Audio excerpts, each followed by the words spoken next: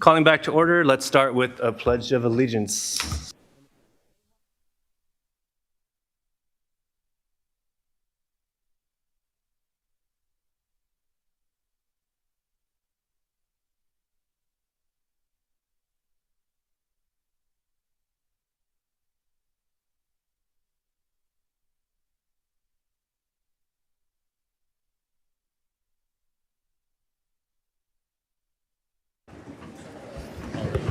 All right, item 4.2, broadcast statement. This meeting of the Sacramento City Unified School District is recorded. The recording will be cablecast on Metro Cable Channel 14, the local government affairs channel on the Comcast and DirecTV UVerse cable systems.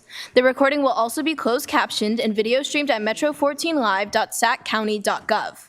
Today's meeting replays Saturday, December 21st at 2 p.m. and Monday, December 23rd at 12 p.m. on Metro Cable Channel 14. Once posted, the recording of this meeting can be viewed on demand at youtube.com/metrocable14. We welcome members of the audience to address the board. Please complete a speaker form which are located in the back of the room and give them to our communications representative along with any handouts you may have for the board prior to the conclusion of the item's presentation. Please speak into the microphone when addressing the board and state your name for the record. Please limit comments during public comment to items that are not on the agenda. If you do comment on an item that is listed on the agenda, we will ask that you please defer your comments until your item comes up on the agenda. Please also either turn off your cell phones or place them on silent mode. Thank you for that. 4.3, we have Stellar Student introduced by board member Jean. Hello. So I am honored to, yes, please feel free to stand up and come on forward. Tonight we are celebrating 5 students from Health Professions High School. And according to their counselor, Maria Soleres Luna, we would like to formally recognize Taylor Sadler, Kayla Yang, Adrian Takuri, Joshua Imba, and Luz Pascual for their outstanding contributions to Arthur A. Benjamin Health Professions High School. These students consistently rank at the top of their class academically and serve as agents of change, active agents of change within our school culture. Their commitment extends beyond academics as they volunteer for community events and take an active role in organizing school activities. They advocate for their classmates, ensuring that all voices are heard, and work diligently to provide quality services for all students. We express our gratitude for their dedicated service and commend them for their hard work. Their teachers and school staff take pride in their achievements and contributions to our school community. That is absolutely amazing. Would you like to share anything with us? You can just say thanks, or you could actually, I'd love to hear what active agents of change mean. What are you guys doing on the campus? My name is Taylor Sadler, and I will speak on behalf of my fellow peers. To start off, we would all like to say thank you, not only to our school for promoting us for this award, but most of all, you guys, for having us here today and for acknowledging all of the successes that we have done. We hope that the rest of this year will be stupendous for everyone involved. We hope everyone here will have a spectacular holiday season, and at the start of 2025 and all of 2025 will be an incredible year for all. Excellent.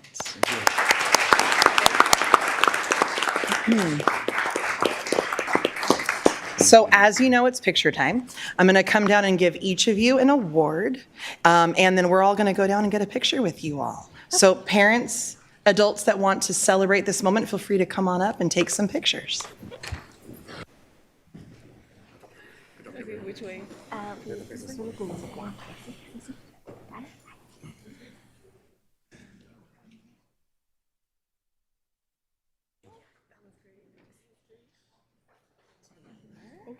You're so welcome. Adrian. Kayla. And Luce. Thank you, sir. Thank you. Great job. Thank you. Great job. Great job.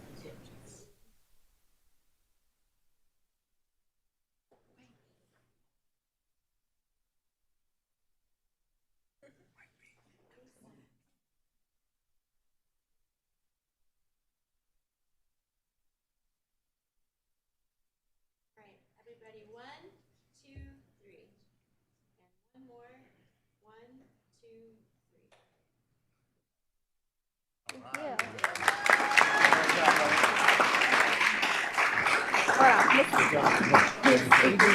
3. Miss MJ wants us.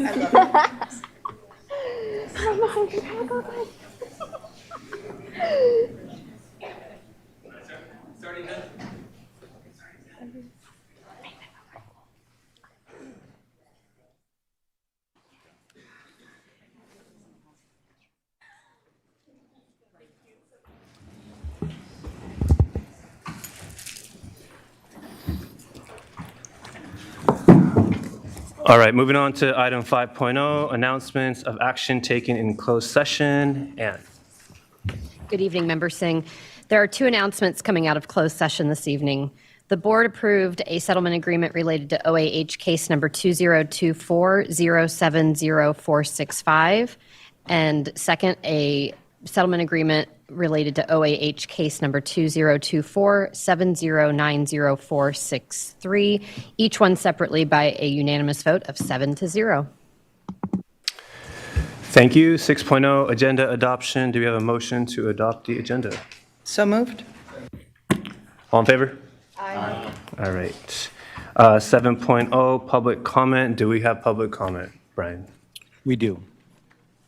And can you tell us how many public comments We have about 15 total. Thank you. Let's begin with Jeremy Smith, followed by Termine Knox, and then Lisa Stanley.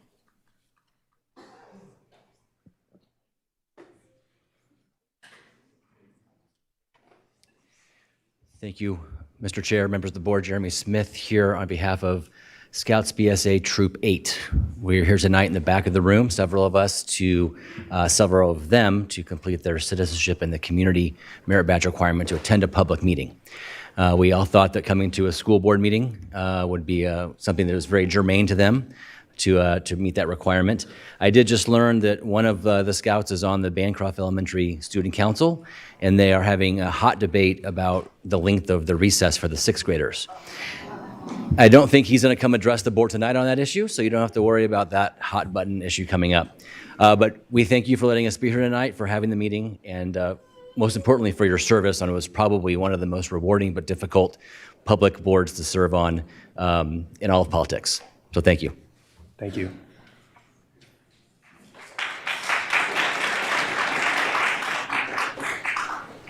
Next is Tremere Knox, followed by Lisa Stanley.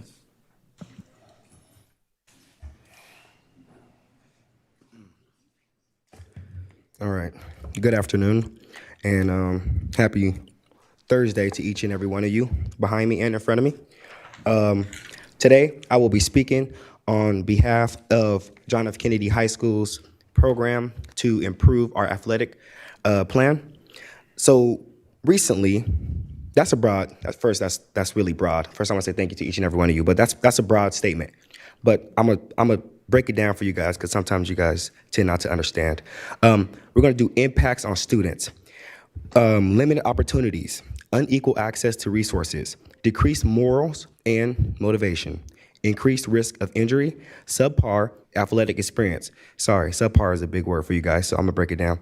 Something that is below average, unusual, or normal, reduce competitiveness. Let's go back to the top. Limited opportunities. Having different colleges, recruitments, scouting, free clinics help prepare athletes to build their morale and athleticism. We're lacking that at John F. Kennedy High School, but Grant has everything they deserve, I guess. Unequal access to resources. We don't have our coach on campus. That is frustrating.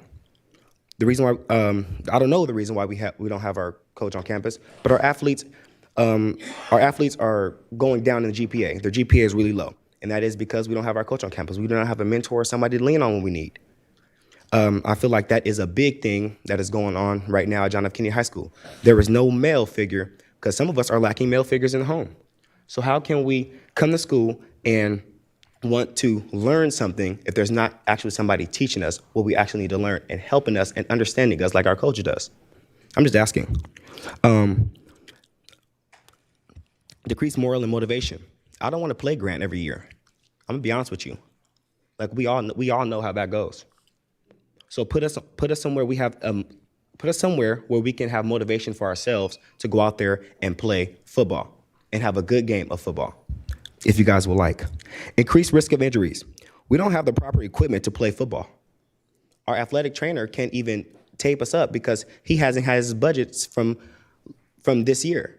So he was using tape to cover my hand up because I got turf burn and I don't want it to get infected. So I asked him please to wrap it up. He was using tape from last year because he doesn't have enough budget. That's heartbreaking. That's really heartbreaking that our athletic trainer is the one coming to me instead of you guys because he can't get through to you guys. We're over time, so last comment. Okay, I'm almost done. Thank you. I'm almost done. Thank you. Subpar athletic experience, something that is below average and unusual or normal. Reduced competitive. Also, being in a division we're in. The division that we're in is really high. Drop us down in division. Let us actually play some football and not get torn all across the field. So we can go back and tell our school that we got a victory and we can bring them back something. Like every single year, it's the same thing. So I'm gonna leave it at that. I'll let you guys think about it over tonight and I'm gonna leave it alone. You guys have a good night.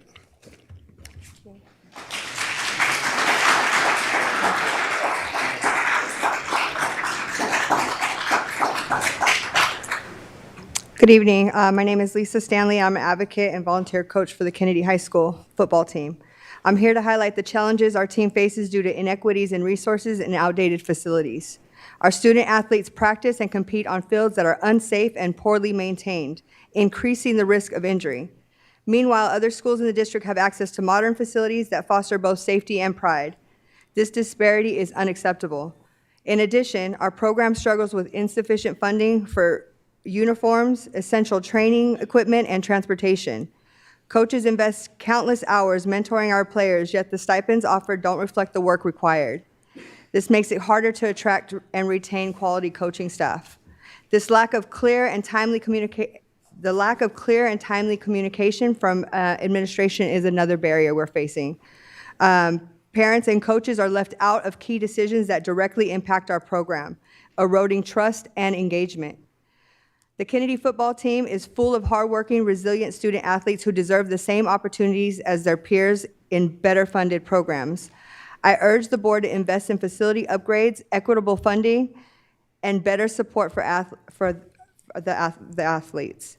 Let's ensure all SUSD students have the tools they need to succeed. Also, Tamara mentioned the head coach not being removed from the campus. And there's been a decrease in the GPA. He was a black male figure on that campus. And there's been a rise in fights. There's a lot of issues have been increasing since his removal from that school. So we would ask that he goes back to Kennedy. Thank you.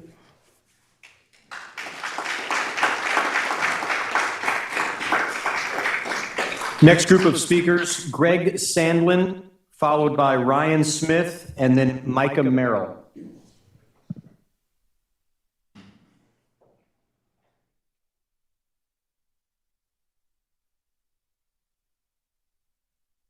Good evening, Chair Singh, members of the board. Greg Sandlin, parent of 2 kids at JFK High School, and I'll speak mainly to facilities. I understand now that there's a 2017 plan to improve some of the athletic facilities on campus, and I imagine that helped inform some of the projects that are funded by bonds. But the implementation is pretty unclear of how that's going to happen. There's a presentation you have in front of you that has been compiled by coaches and concerned parents, and I guess just thankful for the ball fields are being fixed, and the pool is going to be rehabbed pretty soon, but our football field is in pretty rough condition. Locker rooms need to be updated. They haven't been updated since 1970. Snack bar is in need of repair. Basketball games have been forfeited because of a leaky roof. And just from what I understand, Measure H was passed in 2020 with $750 million, and Measure D just past November. I voted for that. Fantastic news. Another $543 million. So there's $1.3 billion in bond funding that could be going towards facilities. And I see that there's a bond oversight committee and some projects listed, but I just my respectful request is that you could send staff member to meet with some of the coaches, parents, and explain just how these projects would be funded, how they've been prioritized equitably. Is the 2017 plan being adhered to? Why not? And just also, when are these projects happening so they can be anticipated by the sports programs? That's all. Thank you.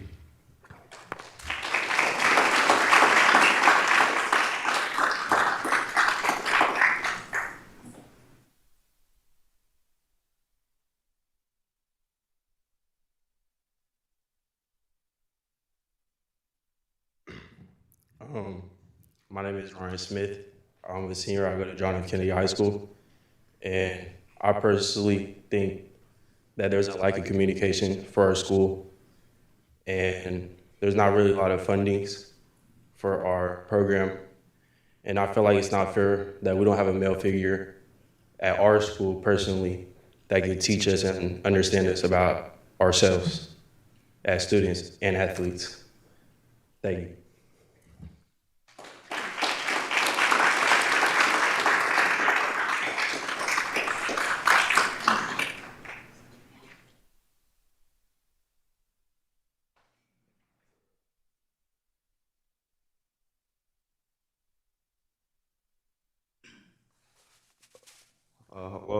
Michael Merrill. I'm a junior at John F. Kennedy High School, and I personally think that our school needs more funding and stuff because other schools got like better stuff than us and stuff, and like our school don't got a good program like other schools, and I feel like we deserve the same treatment as other schools, the same treatment, and get more funding for our school because our school kind of raggedy. Everything.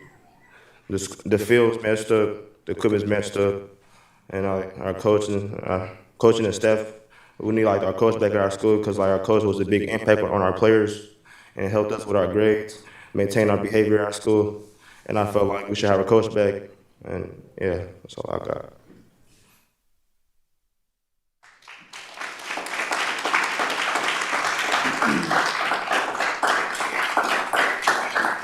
Next speakers, Franchelle Brown and Aaron Leone.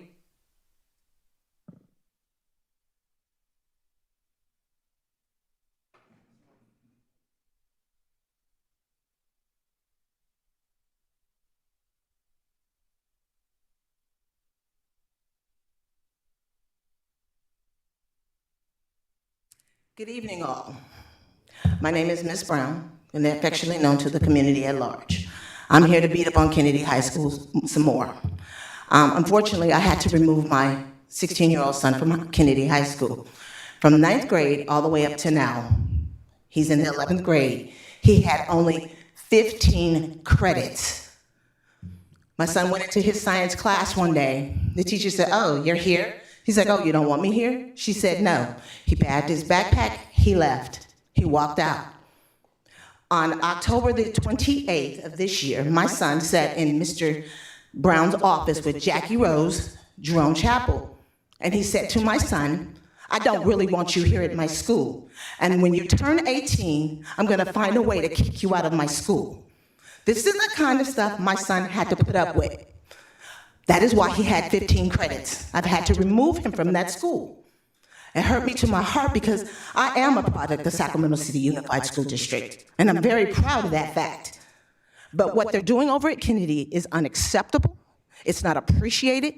I just sent Mr. Lozado a video of a fight the other day. The safety monitor stood there and watched those boys fight. The young man, Mr. Knox, he's the one who broke up that fight while the safety officer stood there and did nothing. And it's on videotape that he did nothing. Another case in point, you have a safety officer. A group of African-American boys were standing around talking, and the safety officer said to him, "If the police don't get you, the sheriffs will." This is the kind of attitudes and the behaviors that our young black children have to put up with at Kennedy High School.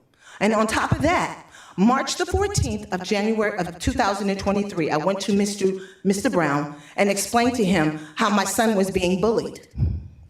We went to Mr. Pechos, we went to Mr. Baldini, and they all knew that my son was being bullied. He did nothing. As I stood at March the 3rd burying my nephew, a guy told my son, if they run up in your face again, call me, I'll put them down.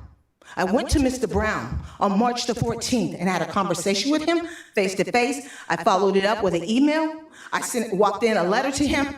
To this day, this very day, Mr. Brown has not responded to my letter or my email or that conversation. I had to go to Jackie Rose to get her to save those two boys' lives. Because the young man that told my son that he would put him down, he was standing there at my nephew's funeral with a backpack full of guns. So that kid meant what he said.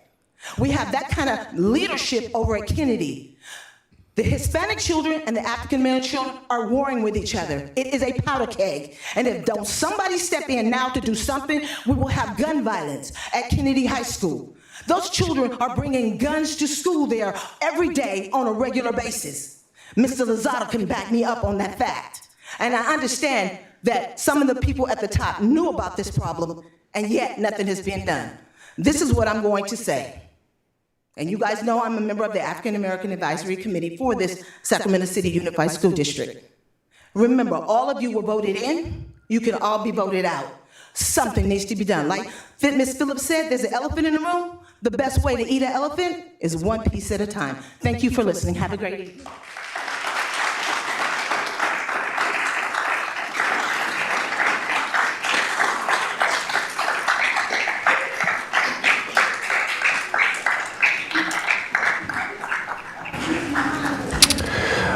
Good evening. If I can just state, I respect the sentiment. I'm just really asking if we try to keep it to 2 minutes. I really would appreciate that. Thank you. Good evening, members of the board. I'm Erin Leone. I am SEUSD's current Teacher of the Year. I'm a generational alumna, and I am most importantly a student advocate. I'm here tonight on behalf of the Alliance of Anti-Racist Educators, students, parents, and community members, urging you all to take action on the accountability and restorative justice policy proposal that was presented to you all in August, September, and again in October. Our district needs clear and actionable policy that provides a process for evaluating educators who cause harm, holding them accountable, and addressing the damage that's done to our school communities. The recent case involving Mr. Rivas has brought national attention to what's been described as a prolonged campaign of abuse in Sac City Unified School District. And we know that that case is not an isolated incident. It's the result of systemic failures that allow harm to go unchecked in this district. We understand that harm is inevitable, and sometimes it's intentional, like in the case of Mr. Rivas. Sometimes it's unintentional or more nuanced, like in the case of Mr. Nguyen or Ladoc. But either way, the district has a responsibility to act. That means holding educators accountable, educating them when it's possible, removing them swiftly when it's not possible, and most importantly, restoring the harm that's done and allowing our schools and our communities to find healing. Right now, our district lacks a policy to ensure that these steps happen, and the proposal that we've presented offers a solution. More is needed, though. It's time for you all to engage your legal team to draw up a binding policy, to come together and to make sure that it's implemented. The groundwork has already been laid by educators and community members. What's missing is your leadership.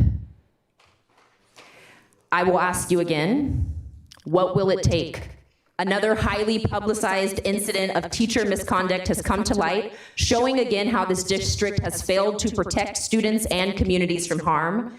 Will this finally be the moment that you all act? Our students, our families, our educators cannot afford to wait any longer. Harm is happening now. Healing must happen now. Accountability and restorative justice must also happen now. What will it take?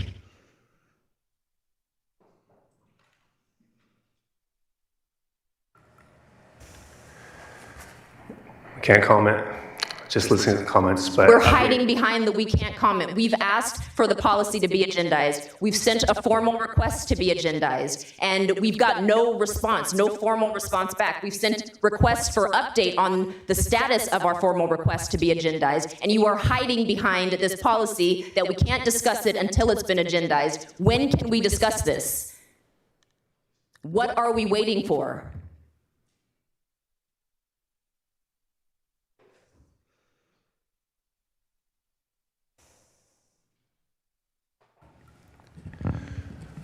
We as a board can agendize this, and we have an executive meeting in a week, so we can chat about it, but that's, yeah, okay, that's fine.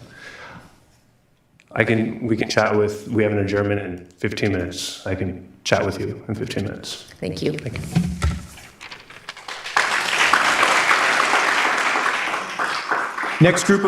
Next group of speakers, Vanessa Kudabak, followed by Carrie Rellis. Each speaker has an extra card for 4 minutes each.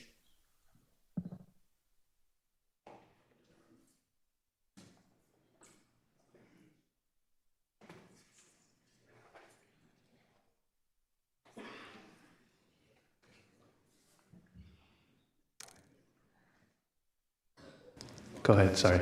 No. Good evening, Superintendent Allen and school board trustees. My name is Carrie Rellis, and I've been a proud Sac City teacher since 1998. I wanted to let you know what's going on at Phoebe Hearst, where we have a thriving kindergarten through 6th grade program. Before 2012, we didn't have kindergarten. We worked with families, the district, and teachers to start the program, and most importantly, to create a schedule that works extremely well for our students and families during the 2012-2013 school year. Since then, we've continued to grow our successful collaborative grade level. We currently have 4 kindergarten classes, and we teach from 8 a.m. until 12:40 p.m. I've worked with several principals and district representatives during my 13 years as a kindergarten Phoebe Hearst teacher, and I can honestly say our voices and concerns have always been considered and heard until now. Last week, our principal let us know 4 of our 5th and 6th grade classrooms are over-enrolled by 3 students each. He said we have a space issue, and in order to solve that issue, we will be creating 2 new classes, 1 5th grade GATE class and 1 6th grade GATE class in order to accommodate those 12 students we are over-enrolled. The plan is then to fill these 2 new classes to 30 with children from around the district who are currently enrolled in other Sac City schools. Because we don't have classrooms for these new classes, beginning next year, our kindergarten program will need to go from an 8 to 12:40 day to an AM/PM model with 8 to 11:20 and then 11 to 2:20, with the 4 kindergarten teachers sharing 2 rooms. Our principal said that's the plan for 2025-26 and 26-27. After that, there is no definite plan. Now, aside from the facts that the math here really doesn't make sense, and that solving a lack of space issue by adding 48 more students makes even less sense, what we're really concerned about is the fact that the teachers were not part of this decision-making process. We have been led to believe that this decision has already been made, but we find this unacceptable as there has been no input from the stakeholders of the school site. Who made this decision? Where's the transparency we're always hearing about? We are asking the district to collaborate with us to solve this space and over-enrollment issue at our school. We, as the people who do the day-to-day work with our families and kids, have so many ideas for ways to solve this problem, and we would love to be part of the solution. We are asking the district to reconsider, restart the decision-making process, work with your teachers and families collaboratively, and look at alternative solutions. Thank you for your time.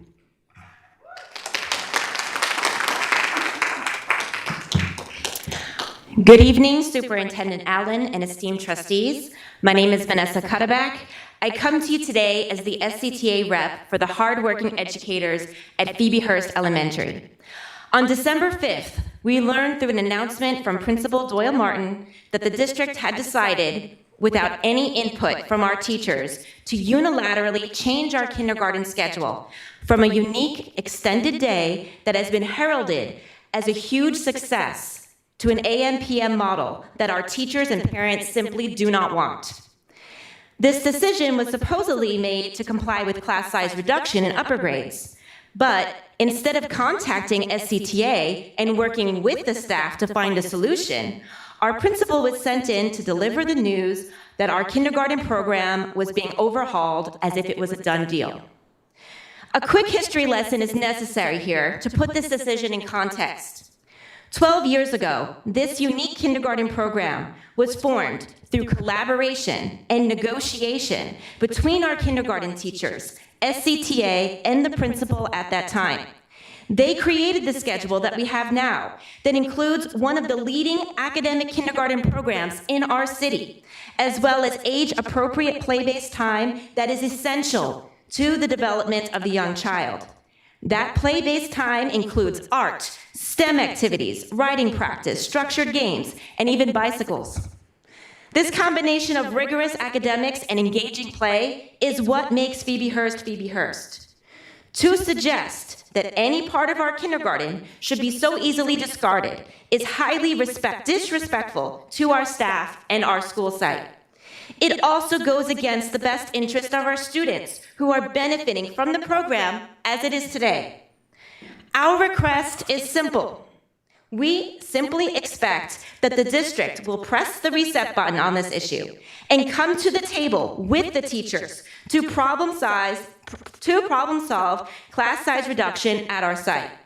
We also expect that you, as our elected board members, will ensure that decisions about our site are done with transparency and in collaboration with our greatest asset, our teachers. Now, as a teacher who worked in kindergarten, actually most of my career, visual aids are usually very important to me. With your permission, I'd like to give you, Ms. Rellis allowed me to snag a picture of her incredible schedule. And I want you just to take a look at that schedule of a typical kindergarten day at Phoebe Hearst and tell me what part of that day is not valuable. Thank you. Next group of speakers, Amanda Panton, followed by Janine Rupert, and then Mark Henriksen. Hi, my name is Amanda Panton, and I have been a parent at Phoebe Hearst for the last 10 years, and I have another 6 years ahead of me. As an active and involved member of our community, I'm here to discuss the proposed changes put forth by Principal Martin and Ms. April Shafto. Our kindergarten program is not only incredibly successful, but also serves as a significant attraction for families considering enrollment in our district. The extended kindergarten day we currently offer has proven to be an effective progression for preparing students for first grade and acts as a solid middle ground for those coming from TK. I ask you, why are we considering altering a program that is such a strong draw for our district? I have concerns about the impact of adding an additional 50 to 60 students with the proposed plan of an additional 5th and 6th grade class. Currently, there are over 30 children on the wait list for 4th R. Increasing our student population will only exacerbate this issue. I would also like clarification on whether there are plans to offer care from 7 a.m. to 11 a.m. for the proposed afternoon session and where that would take place with our limited space. This additional requirement will demand extra costs for families who are counting on our extended kinder days, which they will not be prepared for. There are concerns regarding our PE teacher, who will not have enough time in a week to teach all the classes. This change will result in the need of hiring an additional PE teacher. I wonder if that was considered. This last Monday, we were on a rainy day schedule. Our cafeteria was in violation of fire code. Again, how does adding more students fix this? There seems to be very valid questions asked by our teachers that we haven't been given answers to. There were hopes of a staff meeting this afternoon with Ms. Shafto, but that didn't happen. This seems like a massive, overly complicated correction to a relatively simple problem. Our teachers have logical solutions that deserve to be heard. I strongly encourage you to involve our teachers in any future discussions concerning Phoebe. They are the true advocates for our school, possessing a deeper understanding of its needs than those who are not invested or engaged in what happens on a daily basis. As word of this has begun to travel through our campus, parents are concerned and upset. I am only the tip of an iceberg that most certainly will continue to push for what's best for our kids and our school. Thank you.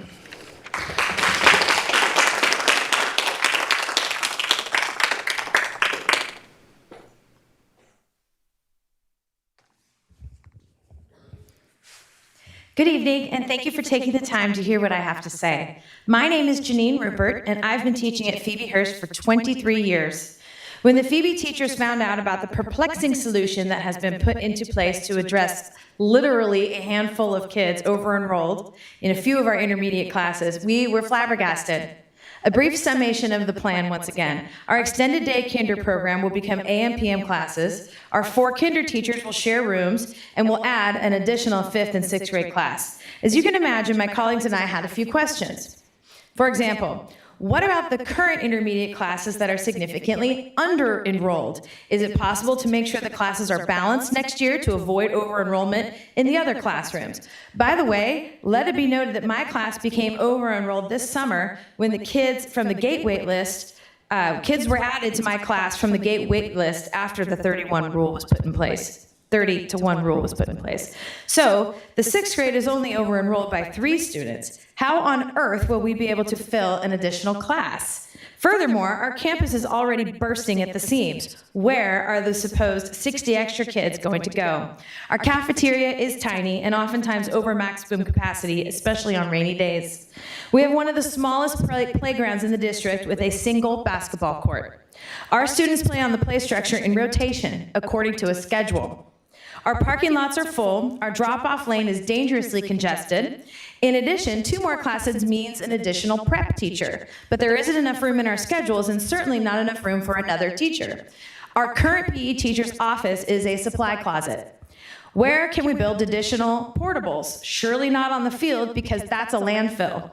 What about after-school care? Well, both 4th R and Dragon Scholars have wait lists.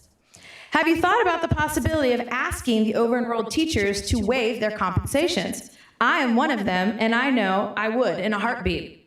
Or do you plan on saving compensation money by hiring 2 full-time classroom teachers and a prep teacher with full benefits?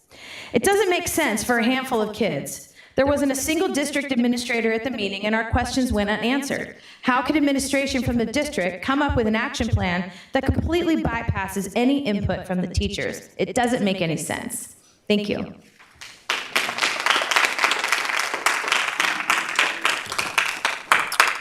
Okay, final speaker. We appreciate you listening to us tonight. My name is Mark Henriksen. I've been teaching at Phoebe for 13 years, 27 years in the district. Almost a year ago, I read the email notifying us that we were going to have a 30-to-1 student-to-teacher contract agreement. My first thought was not, right on, I'm going to have less kids, my job's going to be easier. I immediately computed that we have a problem. Our 3rd grade sends intermediate 96 students, but we are now only going to have room for 90. Simple math, yikes. But the problem, to this day, I can't recall a strategy session once put forth. I can't recall myself nor my colleagues ever being asked for our opinion. It appears that due to this lack of planning, the district gathered themselves in a room, took out a blank sheet of paper, and came up with one.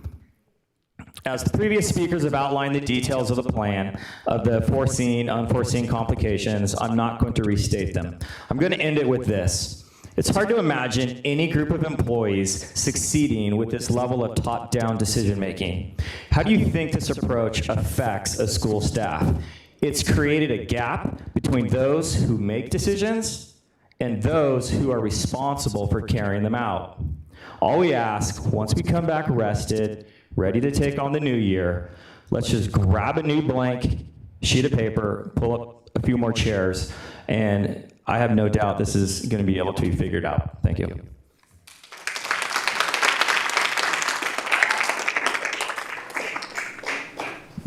No more public comment. Thank you. Item 8.0, communications, SCTA.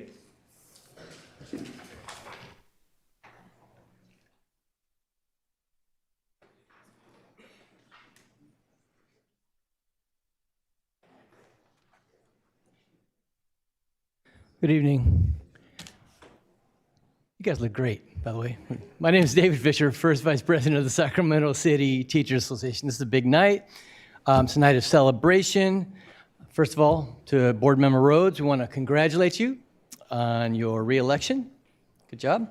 And to the newly elected members, Michael Benjamin, Jose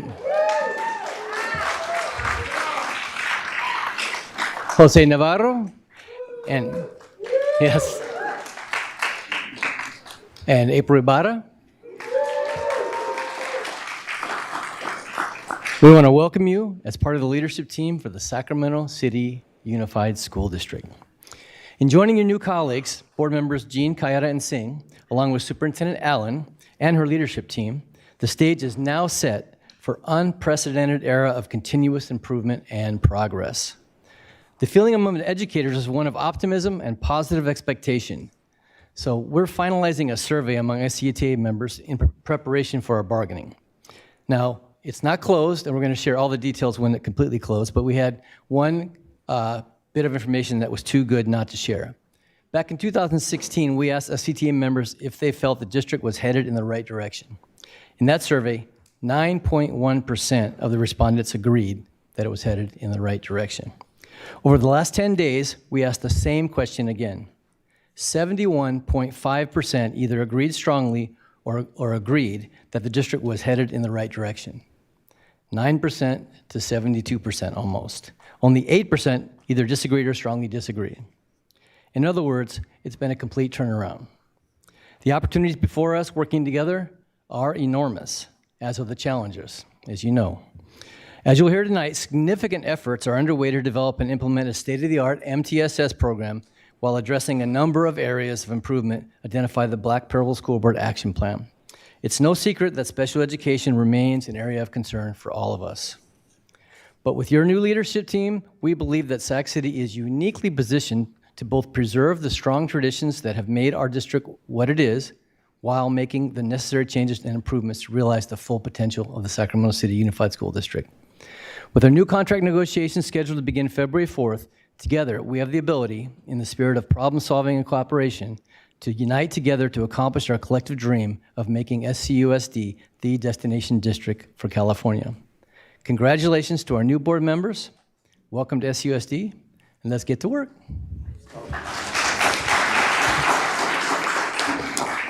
Just by the way, we have cake and cookies for y'all after 9.2. So.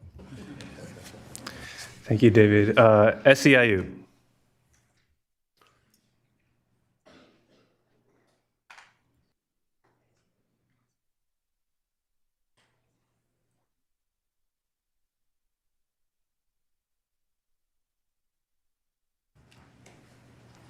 Good evening. I'm Jim Riffle. I'm the chapter vice president of SEIU 10-1.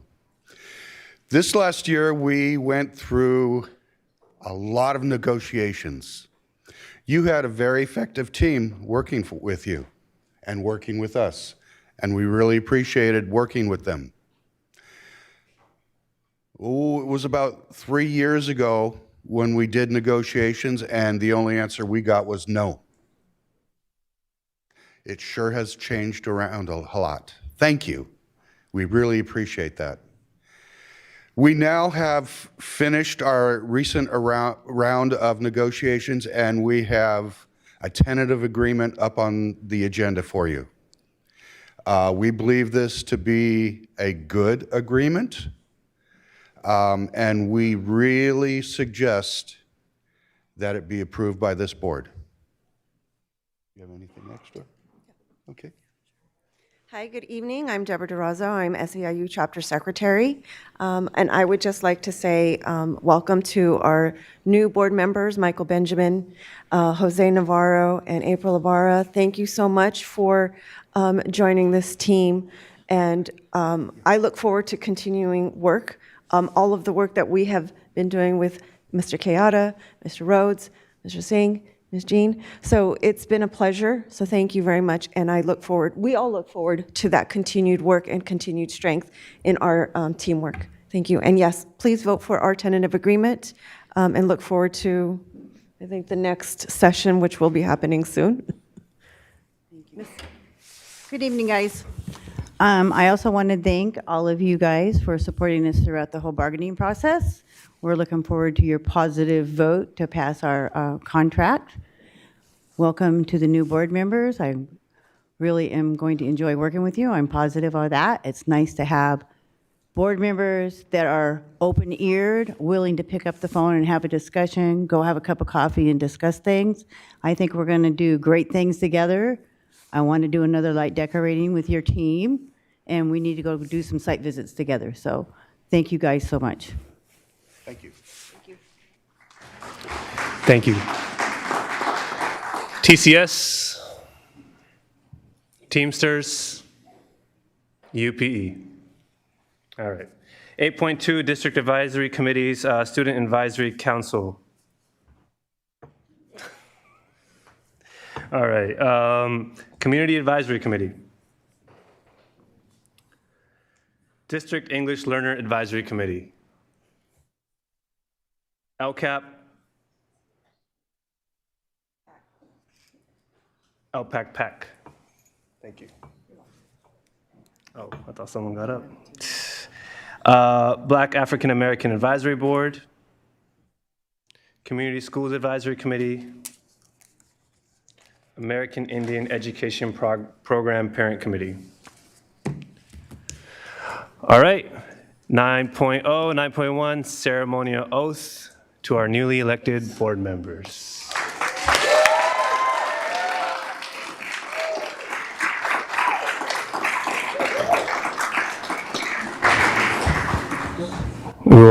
I have an order here, so we'll start. We'll start with Mr. Michael Benjamin.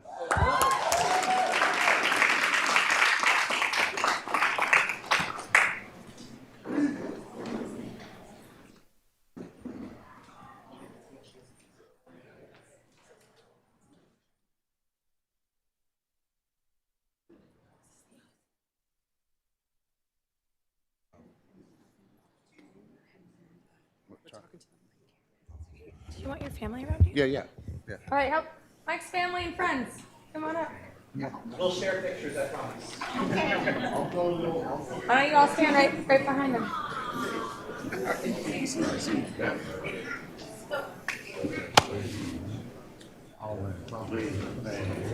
Both get next to Michelle.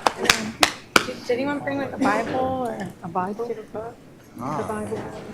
Mike, man. I'm so proud of you, bro. All right, we'll get this. Yeah, we're just rocking. Let me go stand over here. Everyone go ahead. One second. Is it You want to use this one? What, you want a phone? You don't have to do that. You can just pick this one. Yeah, I raised my hand. Okay, so you got to face me. All right. All right, everybody ready? Yeah. Right here. Say, I state your name. I, Michael Benjamin, Do solemnly swear do solemnly swear that I will support and defend that I will support and defend the Constitution of the United States the Constitution of the United States and the Constitution of the State of California and the Constitution of the State of California against all enemies, against all enemies, foreign and domestic, foreign and domestic, that I will bear true faith and allegiance that I will bear true faith and allegiance to the Constitution of the United to States the Constitution of the United States and the Constitution of the State of California, and the Constitution of the State of California, that I take this obligation freely that I take this obligation freely without any mental reservation without any mental reservation or purpose of evasion, or purpose of evasion, and that I will well and faithfully and that I will well and faithfully discharge the duties upon which I'm about to enter. discharge the duties that Upon which I'm about to enter. Congratulations. Thank you.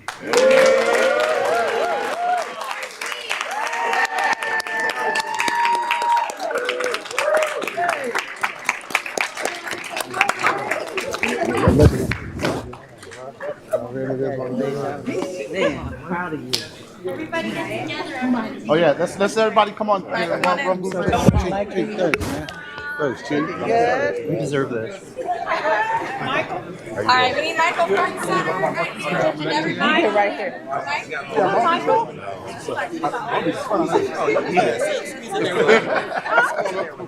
Come on, Important folks in front. Come on, I can stand in the back. All right, if we can take one photo, and then we'll have a break in a little bit. We have a whole part for the Michael. One more. 1, 2, 3. Michael. Thank you.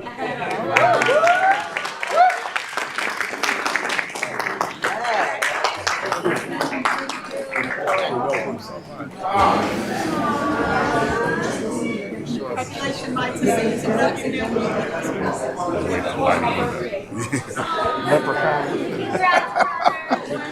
Oh man, I took care of mom. It's nice to meet you, cousin.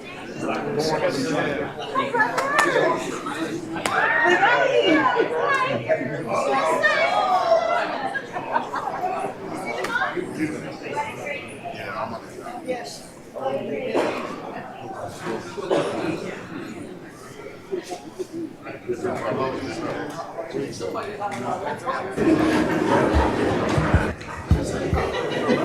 All right, Mr. Benjamin, we need you back up here. You took the oath, dude. Yes. So for everyone in the crowd, we're going to have a break so you can take all the photos you want with Mr. Benjamin and everybody else who's here today.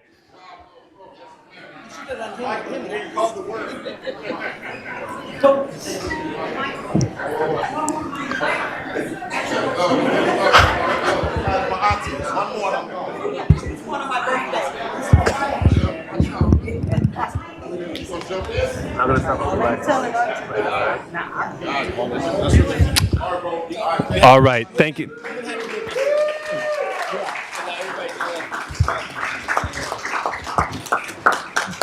All right.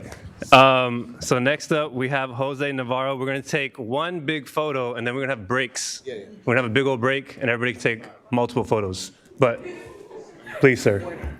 It's a big old break.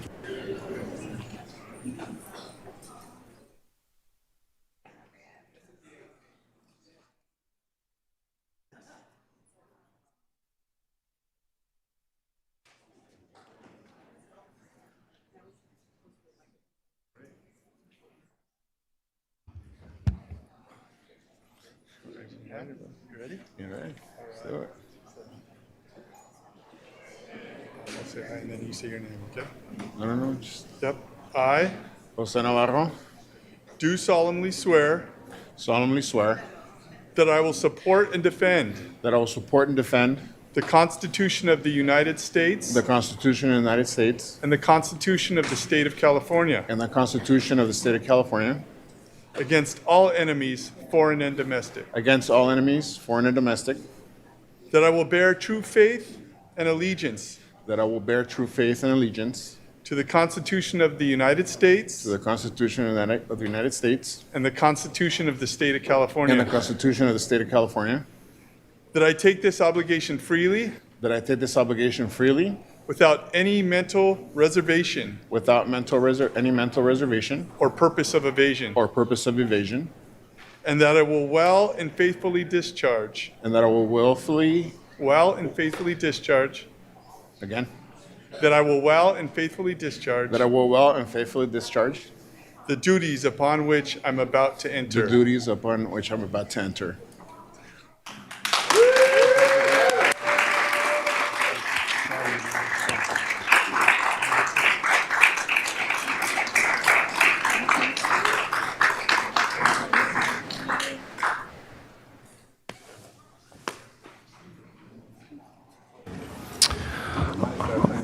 All right, we're going to go next to Miss April Ibarra so we can finish up all the new board members.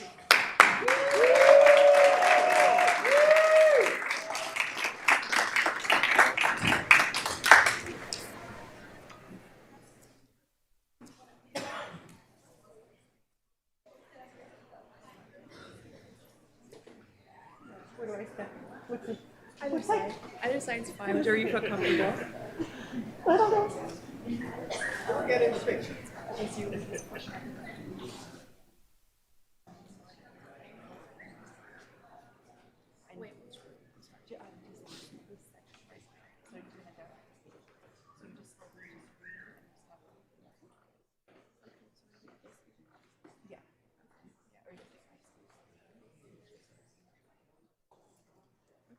And here, I would stand here close to the mic so everybody can hear. Can you take a picture? You gotta practice. Oh, yeah. Sorry. Thank you. You gotta practice your teacher voice. Right here? I'm scared. Okay, ready? I state your name. I, April Ibarra, Do solemnly swear do solemnly swear that I will support and defend the Constitution of the United States that I will support and defend the Constitution of the United States and the Constitution of the State of California and the Constitution of the State of California against all enemies, foreign and domestic, against all enemies, foreign and domestic, that I will bear true faith and allegiance to the Constitution that I will bear true faith and allegiance to the Constitution of the United States of the United States and the Constitution of the State of California, and the Constitution of the State of California, that I take this obligation freely that I take this obligation freely without any mental reservation or purpose of evasion, without any mental reservation or purpose of evasion, and that I will well and that I will well and faithfully discharge the the duties upon which I I am about to enter. am about to enter.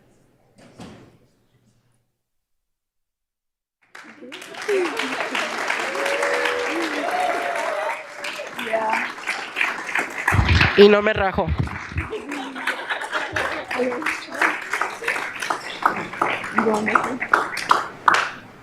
Alright, 1, 2, 3.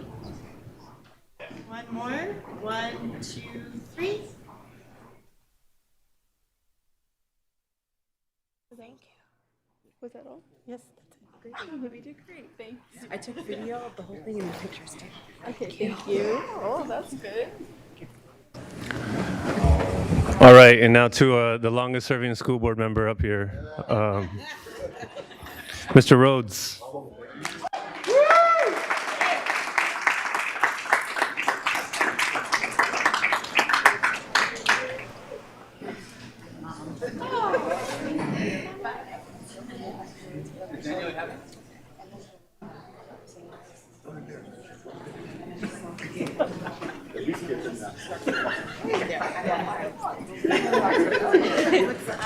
Either side, whichever side you feel comfortable on, and then you just talk into the mic. Okay, I think all the kids, everybody's.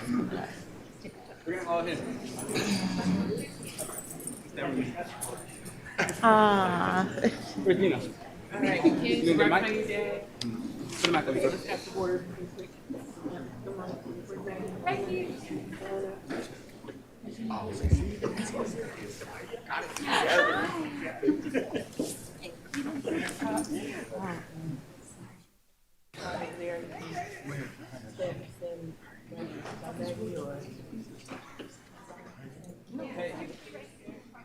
on, man.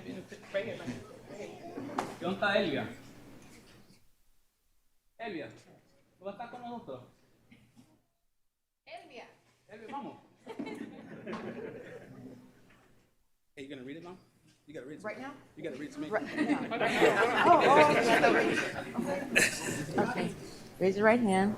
I I, Chinua Rhodes, do solemnly swear or affirm do solemnly swear or affirm that I will support and defend the Constitution that I would support and defend the Constitution of the United States of the United States and the Constitution of the State of California and the Constitution of the State of California against all enemies, against all enemies, foreign and domestic, foreign and domestic, that I will bear true faith that I will bear true faith and allegiance and allegiance to the Constitution of the United States to the Constitution of the United States and the Constitution of the State of California, and the Constitution of the State of California, that I take this obligation freely that I take this obligation freely without any mental reservation without any mental reservation or purpose of evasion, or purpose of evasion, and that I will and that I will well and faithfully well and faithfully discharge discharge the duties upon which I am about to enter. the duties upon which I am about to enter.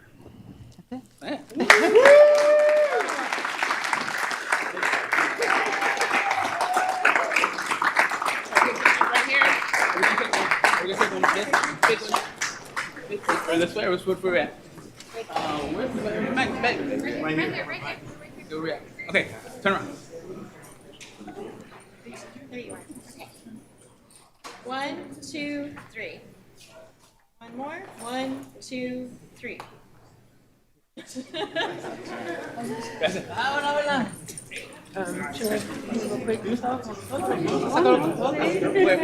Right here in front of you. We get all these people too? Hey, we get one photo real quick. Everybody right over here. Mr. Rhodes, we have time afterwards.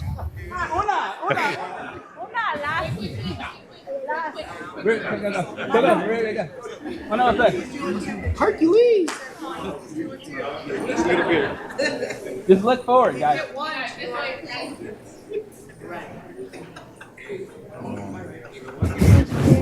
All right, are we good?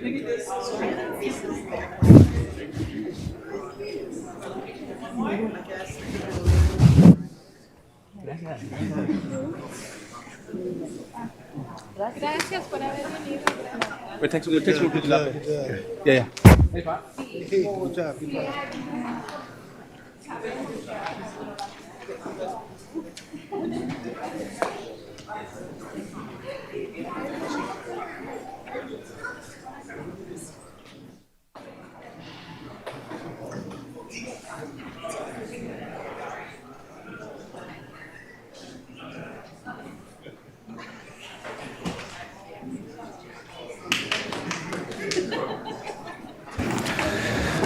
All right, item 9.2, annual organizational meeting of the Board of Education, election of officers. I'm going to turn the meeting over to our board secretary, Superintendent Allen, for the nomination and election of officers of the Board of Education.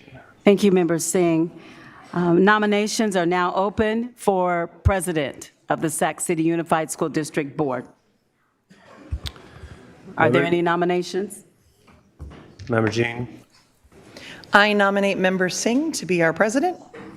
Second. Okay. What is the process? So the nomination is for Member Singh for board president, and it was second by Member Rhodes. Are there any other nominations? Are there any comments? Okay. We will take a roll call, Ann. Okay. Should I abstain? No? Okay. You want to be president? Member Jean. Member Jean. Yes. Member Kayada. Yes. Member Benjamin. Aye. Member Navarro. Aye. Member Rhodes. Aye. Member Singh. Aye. Member Ibarra. Aye. Member Singh is now our Sac City Unified School District Board President.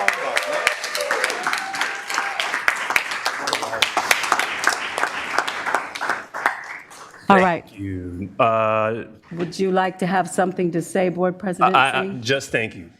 I promise. You're still running this meeting. You're the board secretary. All right, very good. Thank you, sir. All right. Nominations are now open for Vice President. Are there any nominations? Member Rhodes. I nominate Member Jean. I'll second. Thank you. Are there any other nominations? Member?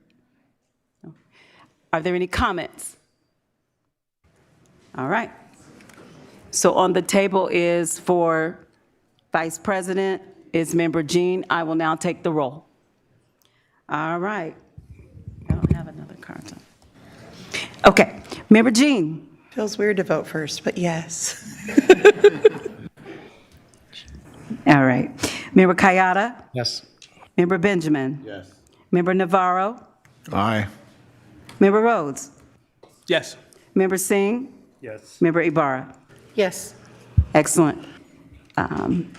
Member Jean is now our Vice President of the Sacramento City Unified School District Board.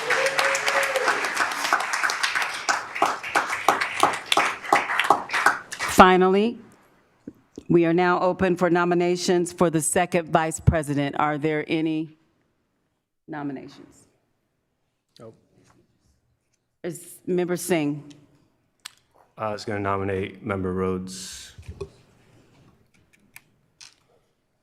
And Member Navarro? Tyler Kayada. I nominate Tyler Kayada. Are there any other nominations? Are there any comments? Do we need a second for Oh. either of these? Okay, perfect. Comments? All right, no comments. So then I'm going to go back to Member Rhodes. We have a nomination for Member Rhodes. Is there a second? I'll second it. All right, so now we're going to take a roll call for this one. So the roll call is for Member Rhodes for second Vice President. All right, roll call. Member Jean? Yes. Yes. Member Kayada? Abstain. Member Benjamin? Yes. Member Navarro? Abstain. Member Rhodes? Yes. Member Singh? Yes. Member Ibarra?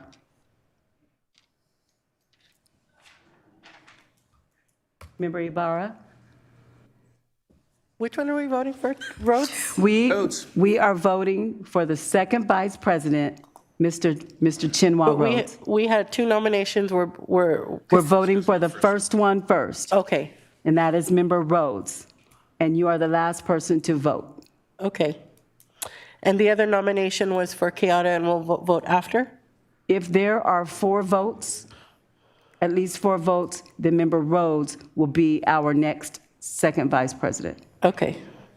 There's already 4. Are there 4? There's already 4. We still need her to vote. Okay. I abstain. All right. We have 4 votes. So Member Rhodes is now our second Vice President for the Sacramento City Unified School Board.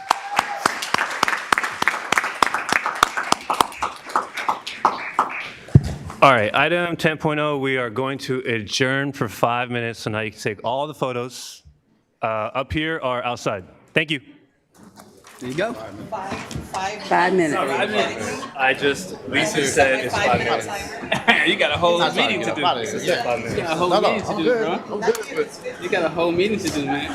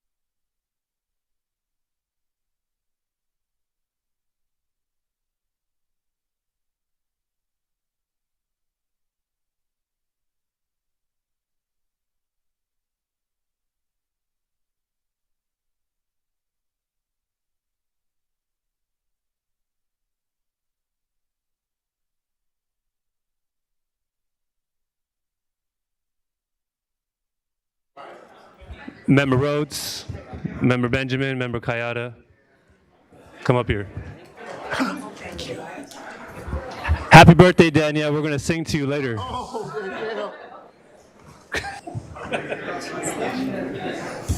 You act like we don't know it's your birthday. Look at the sign behind you. It's not low key. You're getting sworn in. I'm gonna call you back. I don't even know what we're doing. Let me read it. Apologies, President Singh. We have quorum, so we're going to start. 10.0, calling back to order. 11.0, board workshop, strategic initiative. We're going to go to public hearing. Item 11.1, public hearing, AB 1200, public disclosure and approval of MOU between SEUSD and SEIU. Kansi and Janae.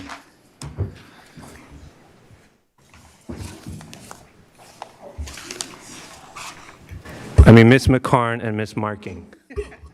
Constantine works. Consi. Dr. McCarn. Consi. Doctor. Just want to clarify, do you have a doctorate too, Miss Marking? Okay. Hope nobody's lying. Hi. Hello. Welcome. Let's move it along. Okay. So thank you for having us up here. My name is Kansi McCarn, your Chief Human Resource Officer and Lead Negotiator. And with me is Janae Marking, your Chief Business and Operations Officer. And we are pleased to talk with you about the AB 1200 Disclosure Approval of Agreement between SUSD and SEIU. And while we recognize and just want to be reminded of our core value that we recognize our system is inequitable by design, and we are vigilantly working to confront and interrupt those inequities that exist to level the playing field and provide opportunities for everyone to learn, grow, and reach their greatness. So, as we talk with you tonight about the SEIU agreement, just a few reminders. This agreement was the second round of agreements and the last in this group to be completed, bringing us to June 30, 2025, when this contract ends. We are thrilled and thankful to have had good labor partners that we engaged with in this process, and so we thank the SEIU negotiations team, as well as the district's negotiations team that you can see up here. Without the team approach that brings lots of knowledge, lots of energy, and essential perspectives to the table, we would not have been able to get where we are today in bringing this agreement to you. So just thank you to the SEIU negotiations team, and thank you to the district's negotiations team. In this round, we, as you can see, had 11 articles that we were engaging around. While there were 3 of them that we agreed to have current contract language remain, we did reach agreement and have updates in the remaining ones. While I won't go through each of those 11, I will share and highlight a few things that we were able to agree to through this agreement to help move our work forward. So we have additional steward presence in grievance meetings and when SEIU members are in need.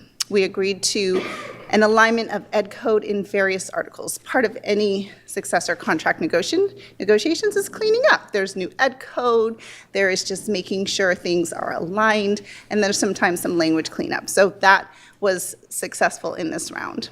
We were able to streamline employee transfer and promotion language to also bring things into alignment with how either they are currently working and to improve them slightly. We have new grievance language. We have improved communications during the reduction in force, should it need to happen, to help ensure some clarity around the process and to help give employees the most that we can in a very difficult situation. We have language now that minimizes the use of outside contractors and helps ensure that the district is engaging in conversation with union leadership when that has to happen. We have increased time to speak at board meetings that will be part of what you are approving, as well as updated probationary evaluation language, schedule, and communication. Again, part of that is updating with ed code. Now for the compensation items, three parts, three important parts in this very particular order. Effective July 1, 2023, because this is for 23-24 and 24-25. So effective July 1, 2023, the salary schedules will be increased by 2%. So across the board, everybody in the unit gets that 2%. Then on July 1, 2024, as you can see at midnight, because again, the timing is pretty important here, there will be a squaring of one of the salary schedules, which is the main salary schedule C. That salary schedule, as we agreed to in what the board approved last November of 2023, to address compaction issues, is going to be more, it's going to be squared. It's going to have some very specific percentages in each way to help address that. So that will happen. And then July 1, 2024, right after that happens, 1201, the salary schedule will be increased by 4%. So in this, no one has less than 6% at the end of the day. And to address the compaction and the squaring of the salary schedule, there will be others that have significantly more. That's how you address compaction. So with that money talk, I will turn it over to Janae. Thank you, Dr. McCarn. So we present to you, in accordance with the conversations that we had, what is the result of some very creative thinking in order to be able to bring our negotiated agreement together. There's an estimated cost for 24-25 of just over $20 million across all funds, which includes, obviously this affects nutrition fund, early learning fund. So across all funds, just over $20 million. And then the ongoing cost is approximately $18 million a year for all funds.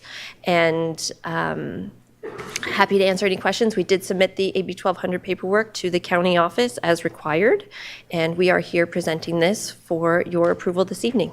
Thank you so much. Thank you. Do we have any public comments? We do not. All right. Board discussion. Let's go. Member Jean. It's been a long road to get here, and I'm just so excited.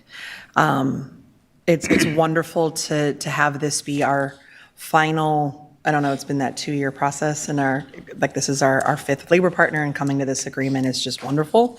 I really appreciate both our employees and our district staff that have worked so hard to get here. And Concy, Dr. McCarn, I very much appreciated you talking about the essential perspectives, like how important it is to make sure so many perspectives are a part of any decisions that are made. I wanted to ask how much time at the board meetings? Is it going from, they have 3 minutes, or are they going to, yes, sorry, how much extra time do they have at the board meetings? Yes, theirs will be up to 15 minutes. 15 as well. I think that makes So sense. it will be equal with others. Beautiful. And then I'm really excited about minimizing the use of outside contractors, that language. I think it's so important that our employees be in the community and be invested in our schools and our students. And outside contractors just can't bring that same relationship building space. And so I'm very excited about that language. And thank you in particular in all the hard work around compaction. I know how much that has been an issue as we're looking at how our employees who are at the lowest salary schedules, working so hard and so pivotal and so important to our schools, they deserve so much more, and I so appreciate the work that we've done to make sure that we're on the way to getting them what they deserve. So thank you. Oh, I'll do it. Go ahead, Mr. Rhodes. I'm just in favor, and I would like to move it when it's appropriate. But yeah. Member Navarro. So I just have a question on 4C, on the effect of the contract or the agreement. Why is it affecting books and supplies, services and other operating expenditures, and capital outlay? I just don't. AB 1200?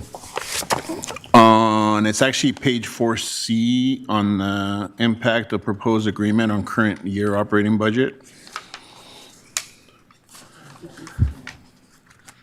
You guys know what I'm talking about? Well, they weren't ready. Okay. I think that's the next item. The No, budget. oh, maybe it's the next item. I'm not sure. It is the next item. You jumped ahead. No, Yes. We're talking about the. No, it's part of this one. SEIU. it's part of this one. Oh, it is. The staff that actually prepared it is not here, so I'd like to be able to look into that to give you an accurate answer, and we'll communicate that to you. Okay, that's fine. That'll Yes, work. no Thank problem. you. It's no problem. Yeah. All right, thank you so much. Ms. Ibarra. This is not a question, but just like awareness, is it? So one of the things that I've often been on that side of the podium asking for is transparency. So for the sake of that, first of all, great work, great presentation. I have served on many site councils. And so most recently at Hiram Johnson, before I stepped down from my role as a site council member, I was made aware of how eventually this trickles down because although the district's going to cover those costs for those increases after, so I don't know what the exact timeline is. I know that the schools will have to pick up on that cost. And so the reason I want to bring awareness to that is so that in the future when that starts to happen, we're not looking at us not being transparent. So that's all I wanted to say is that, yes, this is a good thing. It does also mean that we're going to have to do work down at the school levels. And so I just want to bring that awareness now so that when we get there, it's not like a surprise. So thank you. Thank you. If I don't see any other comments, I'm going to actually second the motion made by Member Rhodes. So with that, we'll start with the student preferential vote and move to a roll call vote. Aye. Member Jean. Aye. Member Kayada. Oh, sorry. Member Benjamin. Aye. Member Navarro. Aye. Member Rhodes. Aye. Member Singh. Aye. Member Ibarra. Aye. Motion passes. Aye. Okay, very good. Thank you. Thank you.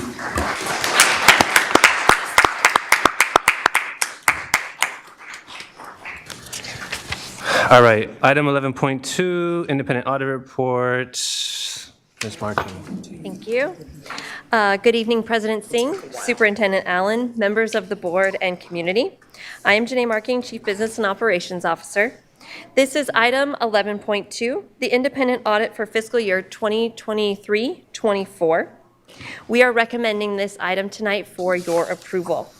First, I would like to say an extra special thank you to Karen Weicker and Cindy Tao for all of the work that went into coordinating the multiple departments, the months and months and months of document requests, the staff that stepped up and provided all the information that we need. This is a widespread collective effort in order for the audit to come together to be able to present to you tonight. So on behalf of, I think, just the board and community, thank you to staff for the work that was done. With that, it is my pleasure to introduce Mr. Jeff Jensen. Mr. Jensen is a partner with Crow LLP out of the firm's Sacramento office. Jeff leads the public education audit practice for Crow. Jeff is a regular presenter on technical matters at various state-level organizations such as CASBO and is an active member at the California Audit Guide Task Force. This is Jeff's 5th year serving as the lead partner on the Sacramento City USD audit. Welcome, Mr. Jensen.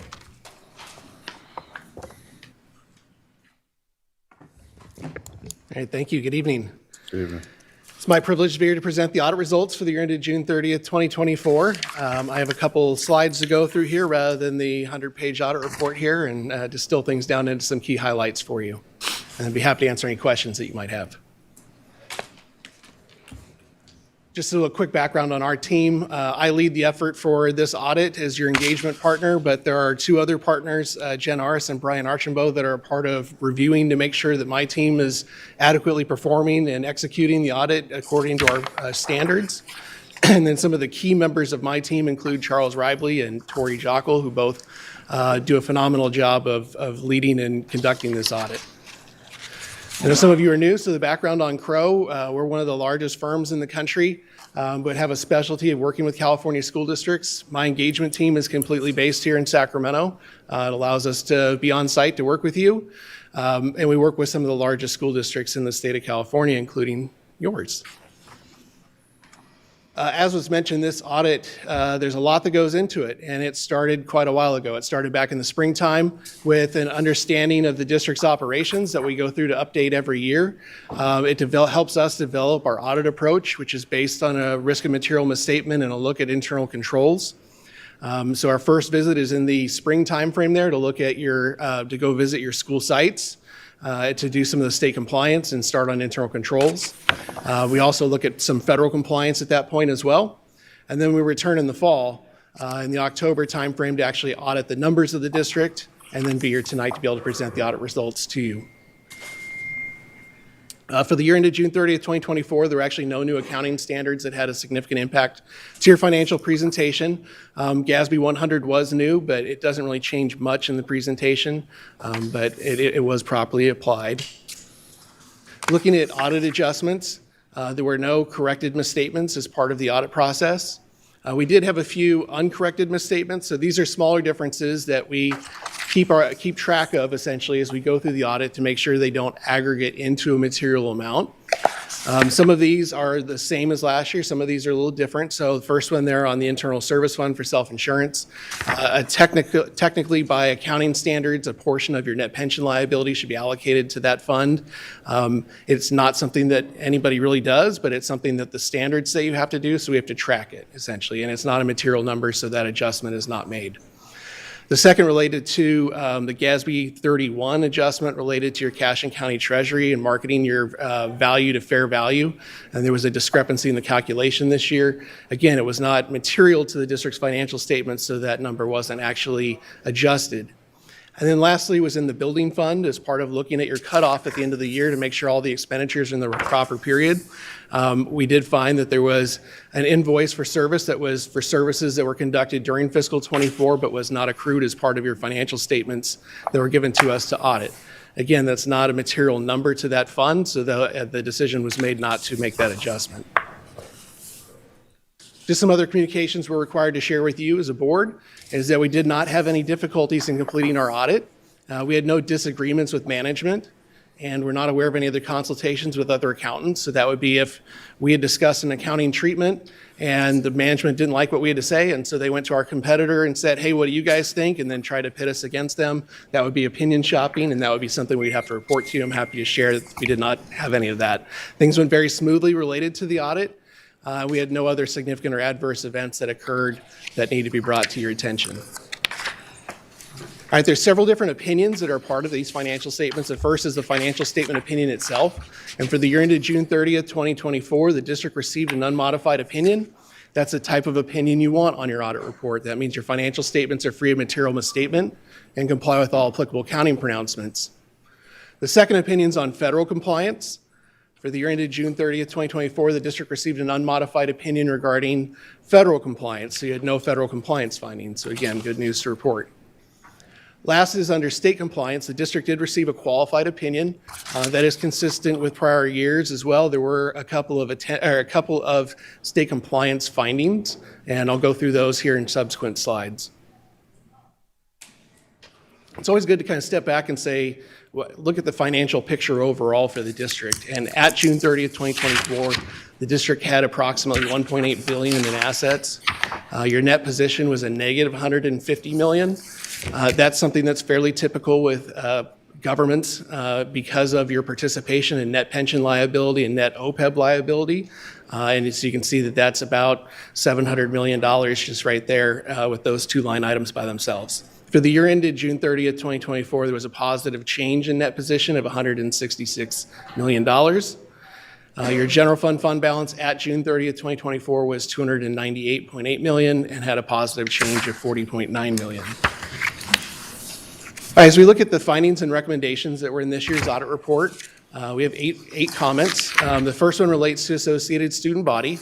So we did visit a number of school sites this year and looked at the internal controls over associated student body and provided a list of recommendations to management for things that could be improved there to better safeguard essentially those funds that are being raised by the students on each campus. The second comment relates to the GASB 31 fair market value adjustment that I mentioned previously there. So essentially, every year the district is required to mark your investments to fair value based off the factors that are given by the county treasury. And so this year, the calculation was miscalculated by approximately $5.7 million over all the funds of the district. The third finding is, again, another one I alluded to previously here on the previous slide there, related to accounts payable and the invoice for construction services that were rendered during the fiscal year, but were not properly accrued for at year end. And then we get into the state compliance findings. These are all relatively minor, I would say, in nature, but the state does not allow us a materiality, essentially, is what has to be reported. So if it's a finding, it has to go into your report. So the first relates to attendance. We look at the attendance records at a number of your school sites. For 3 of those, we found that there were 5 students that were improperly marked present. The calculation of the error is actually less than 0.5 ADA, so there's actually no impact to your ADA or to fiscally to the district. The second comment's on independent study and the completion of independent study contracts. This one, the fiscal impact is about $17,000. The next one here is on instructional materials. So there's a requirement that you hold a public hearing within the first 8 weeks of school on the sufficiency of instructional materials in the district. That meeting did not occur within the first 8 weeks, so that is a finding. The next is on the school accountability and report cards. So each site has a school accountability report card and an underlying facility inspection tool, and those items have to agree to one another, essentially what you're putting out in public related to your school accountability report card, and there were some inconsistencies that we found. There's no fiscal impact to this finding. And then the last one's on charter school attendance. We also have to look at the attendance at the charter schools, and found that there were 2 students there that were improperly marked present when there were other evidence showing that they were absent. Again, the error of that is less than 0.5 ADA, so there's no actual impact to the district's financials for that. Just to conclude my comments, again, the district's financial statements are presented fairly in all material respects. There was no federal findings. Again, just want to reiterate that there's a lot that goes into this audit, both working with your fiscal team, but also working with your various school sites, and everybody was very helpful and very timely in providing us the information that we need in order to complete our audit and to be able to, as you can see the last line, file the audit report on time without extension. So I think that's always good news to be able to report that your audit report was submitted on time. So with that, I'd be happy to answer any questions. Thank you so much. Public comment? We do not. Perfect. Any board discussion? Member Kayada. This question is for our budget officer.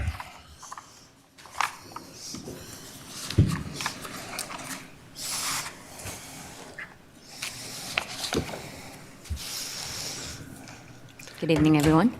Hi, so in the past, we've talked about rotating audit firms. Where are we for that for next year? Currently, we have our RFP posted, and in January, we're lining up for interviews. So come first week of February, I believe, board meeting on February 6th, we will be going to the board for approval. Okay. Thank you. Member Jean? I mostly just wanted to say I really appreciate that we have such a positive audit. And thank you to all of the hardworking staff that made sure that the information that they needed was gotten to them. And I look forward to making sure we get that public hearing regarding instructional materials on our agenda next time, so we don't accidentally drop the ball on that. That would be a board thing too. So thanks to staff for working so hard, and thanks for your presentation. All right, this is an informational item, so thank you so much. All right, thank you for the opportunity to serve the district. All of the schools and 3 of them. Not a snapshot. All right, so 11.3, we have our 2024-25 first interim financial report. 3 of them recorded 6 days of attendance oversight, but that's below as well. We'll talk. I used to work for attendance and guidelines. I know that's not right. But it's good though. I need to do more research on it, but that's what he said. That's what that said. I know. All right. You nodded her.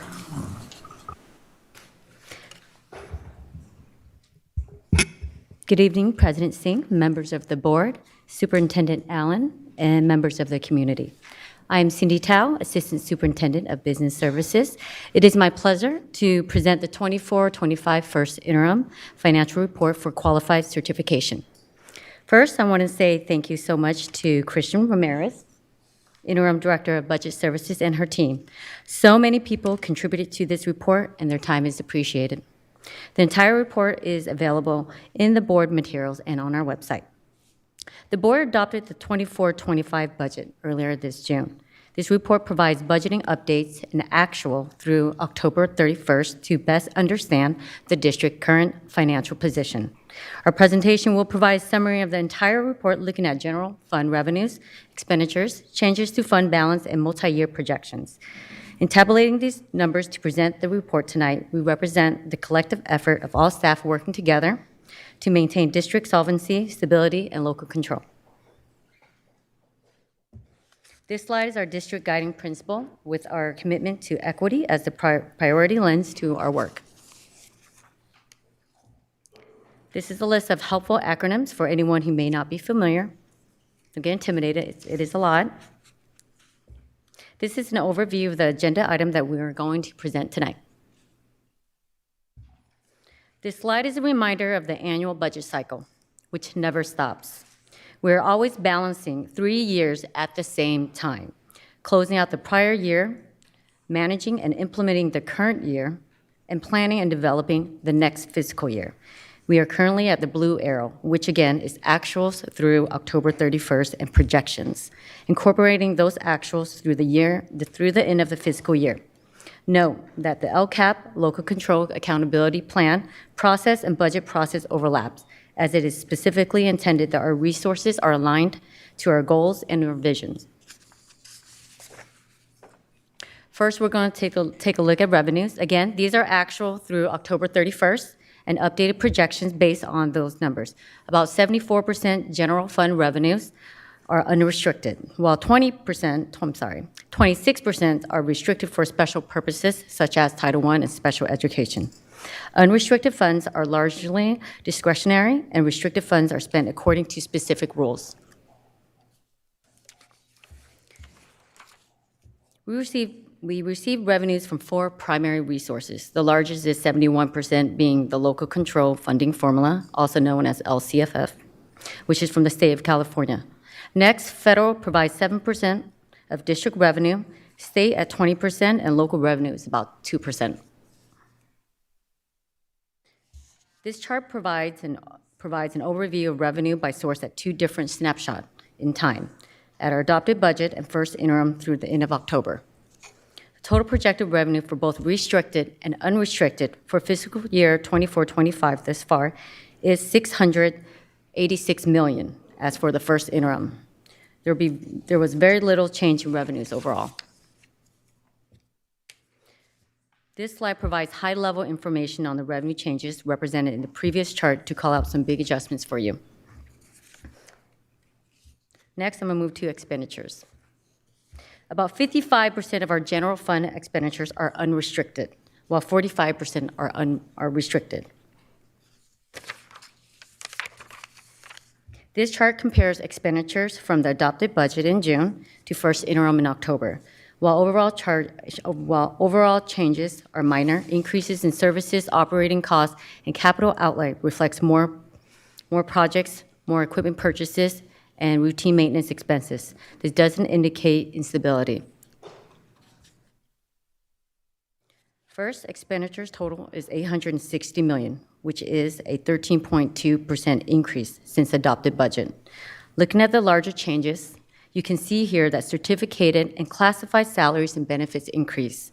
This results from the recent negotiation that added 8 instructional days across the district, granting all 12-month employees with 8 extra paid days to be used within the next fiscal 2 years.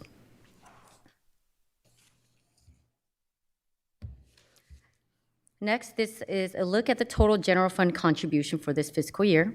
Contribution occurs when unrestricted general fund revenues must cover excess restricted costs due to insufficient funding for our special programs. As you can see, the contribution to special education increased by $25 million, while the contribution made to the routine restricted maintenance remained constant.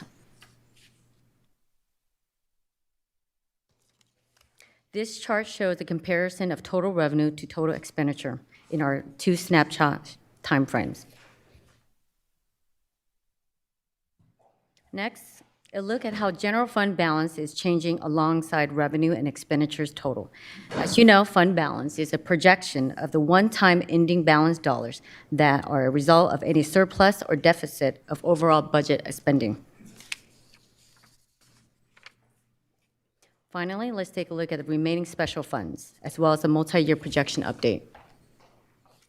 The district manages 12 funds in addition to the general fund, each with their own rules and restrictions. Across the board, these funds are stable and self-sufficient. They have all positive balance, and there's no need for additional contributions. Next, our interim reports require multi-year projection, which is a look at the current fiscal year plus 2 fiscal years to determine what the certification will be, positive, qualified, or negative.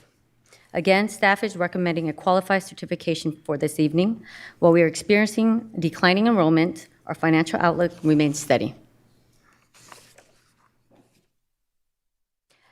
As was mentioned on the previous slide, Sac City, like many districts, utilized the school services dartboard for multi-year COLA projection. Currently, the dartboard still reflects a generous COLA at 2.93%.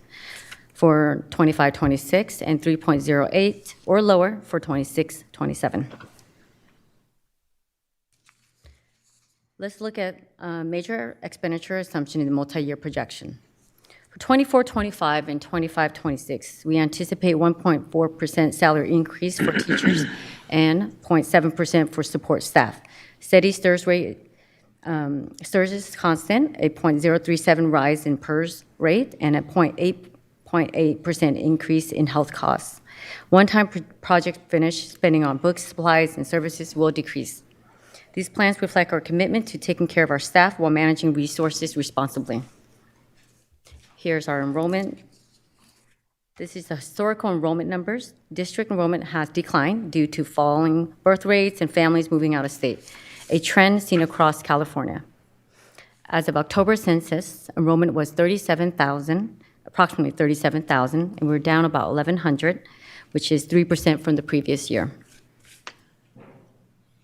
This is just an overview of the multi-year fund balance by the numbers, to sum it up. This chart compares the current year budget with projections for 25-26 and 26-27. While restricted fund balance remained stable, they decreased in 25-26 due to higher expenditures.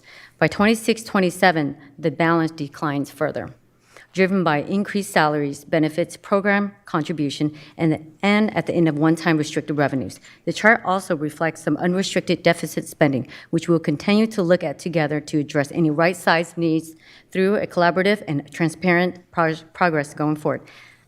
Next to present the district right-size planning update is our Chief Business and Operation Officer, Janae Marking.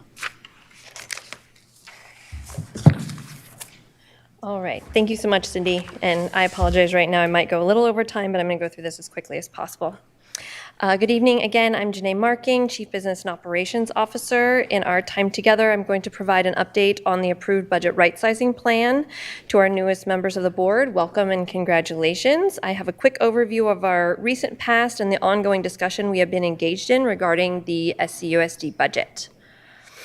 So first, we're gonna look back Don't adjust your monitors. This slide is intentionally a little stark. We are looking back to the years prior to the pandemic. I wasn't here, several people weren't here, or were in different positions at the time. There was concern about ongoing expenditure amounts exceeding revenues. In August 2018, the budget was disapproved by Sacramento County Office of Education, and a fiscal advisor was appointed to the district. This was the beginning of several disapproved budgets and a concern about the amount of cash on hand available to pay bills and to cover payroll. Then the COVID-19 pandemic swept the globe in March 2020 and brought hundreds of millions of supplemental dollars to the district for COVID-related support. In the same time frame, in 2018, the Fiscal Crisis Management and Assistance Team, FCMAT, performed a health risk analysis on the district. They found several areas of concern and assessed the district as high risk of insolvency. The next few slides may be familiar, but for a quick review, these are observations I have made since starting in October 2023 and are priority areas of improvement. Number one is budget literacy. People need to know their budgets. This is a multi-year comparison of total revenues and total expenditures going back to 2013-14. The years circled in red, 2017-18, 2018-19, and 2021-22, are the years where expenditures did exceed revenues. This is a similar multi-year comparison. However, the previous slide was actuals. This slide shows more of the forward-looking forecast. And once again, the multi-year projection is showing that without any changes, it is highly likely that the district's revenues will exceed expenditures and threaten solvency. Here you can see a multi-year comparison of ending fund balance as well as the forecasted projection. It is clear that we need to better prioritize spending our restricted dollars, which is represented in the orange, before spending our unrestricted dollars. Last for this section is a look at the comparison between projected ending fund balance and adopted budget and the final ending balance at actuals. So let's talk about what we already have underway. Our right-sizing plan carries that name because we are working to bring our revenues and expenditures into alignment, ideally spending this year's dollars on this year's students while maintaining necessary reserves in fund balance.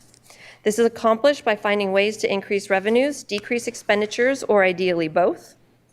High-level budgeting should first ensure compliance is met, because if not, it can actually cost us more in terms of penalties.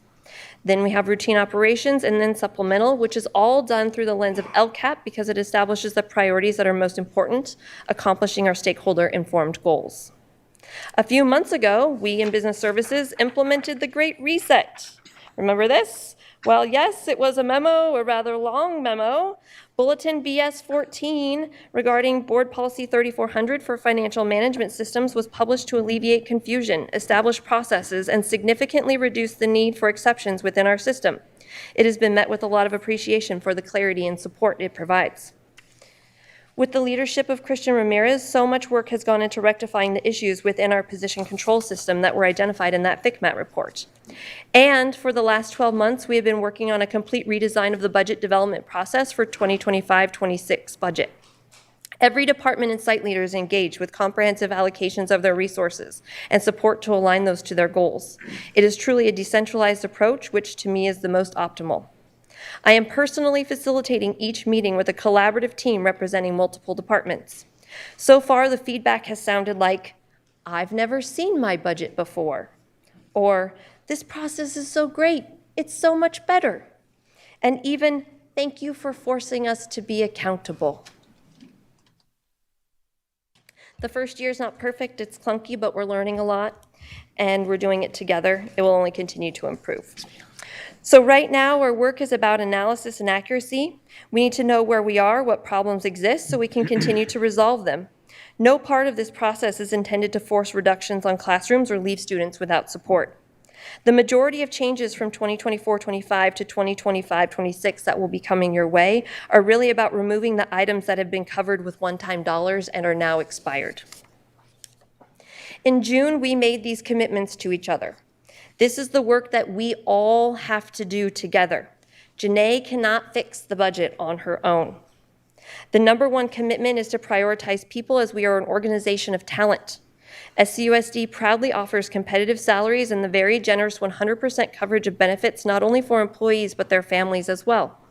Whether you believe these benefits are a privilege or a right, I am not here to argue that. but we must own that they are expensive. And being so employee-friendly is great, but we also have to balance that with our other costs, like looking at contracts. The complete right-sizing plan was provided in June 2024. I have included this slide as a reminder of the intended revenue and expenditure changes that we are working on within the plan. Okay, we're nearing the end, we're looking ahead. The multi-year projection included in the first interim does not forecast a pleasant future. The deficit spending each year and large negative ending fund balance are attention-grabbing, unsettling, worrisome, and shocking, speaking for myself. But again, it projects that if there are no changes, insolvency is highly likely. However, changes are happening. We are committed to this and we're doing the work. With the new processes and focus on accuracy, you should expect a revised multi-year projection at second interim. This will include updated assumptions as we are bringing our baseline into focus.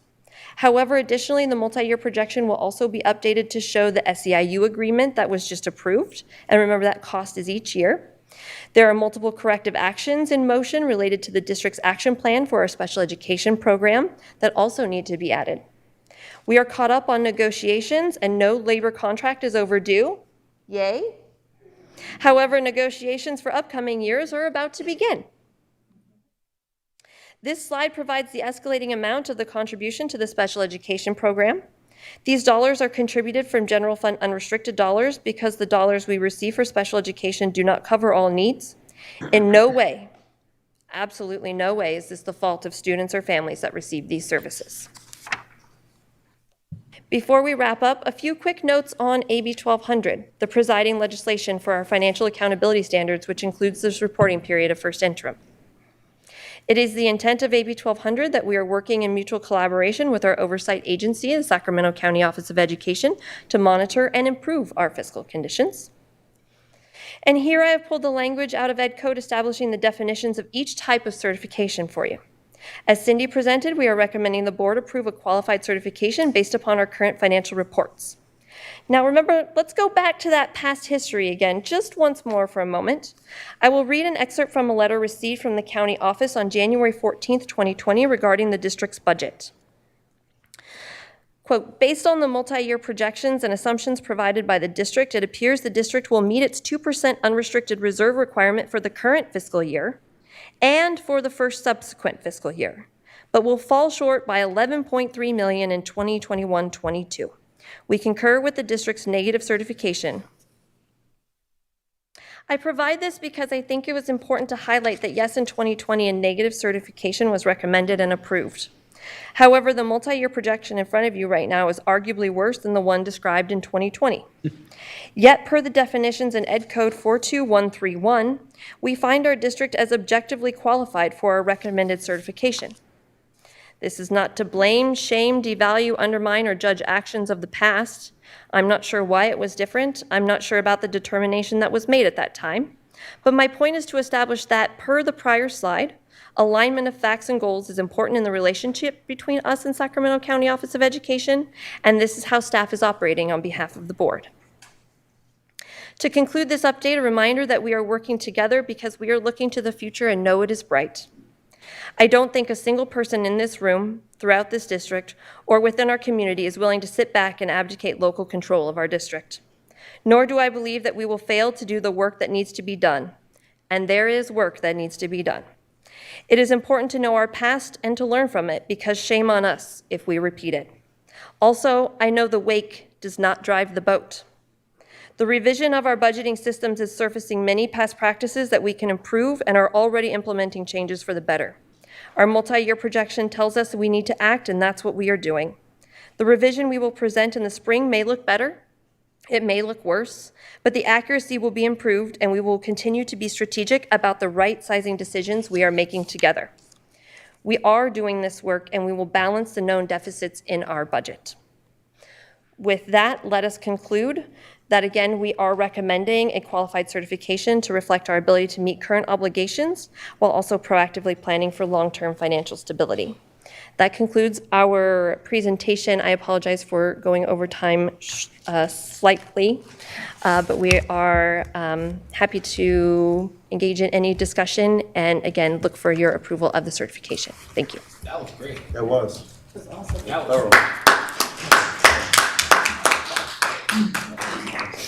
You're great. Public comment. Oh, awesome. We do not have any. Okay, perfect. Board discussion.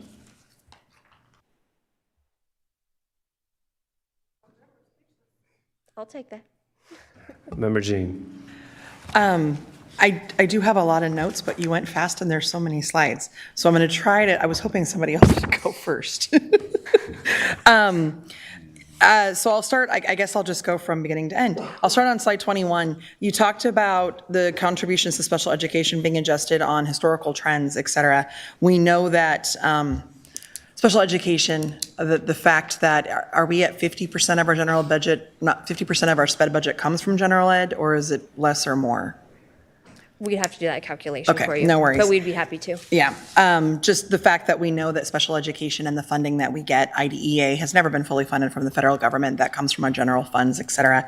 And considering the deep dive of work that we're doing in our action plan, that will have impact on our budget. So I wanted to verbalize that and say, thank you for using historical trends, but as we're cleaning up and changing in SPED as well, I don't know if historical trends will be our only.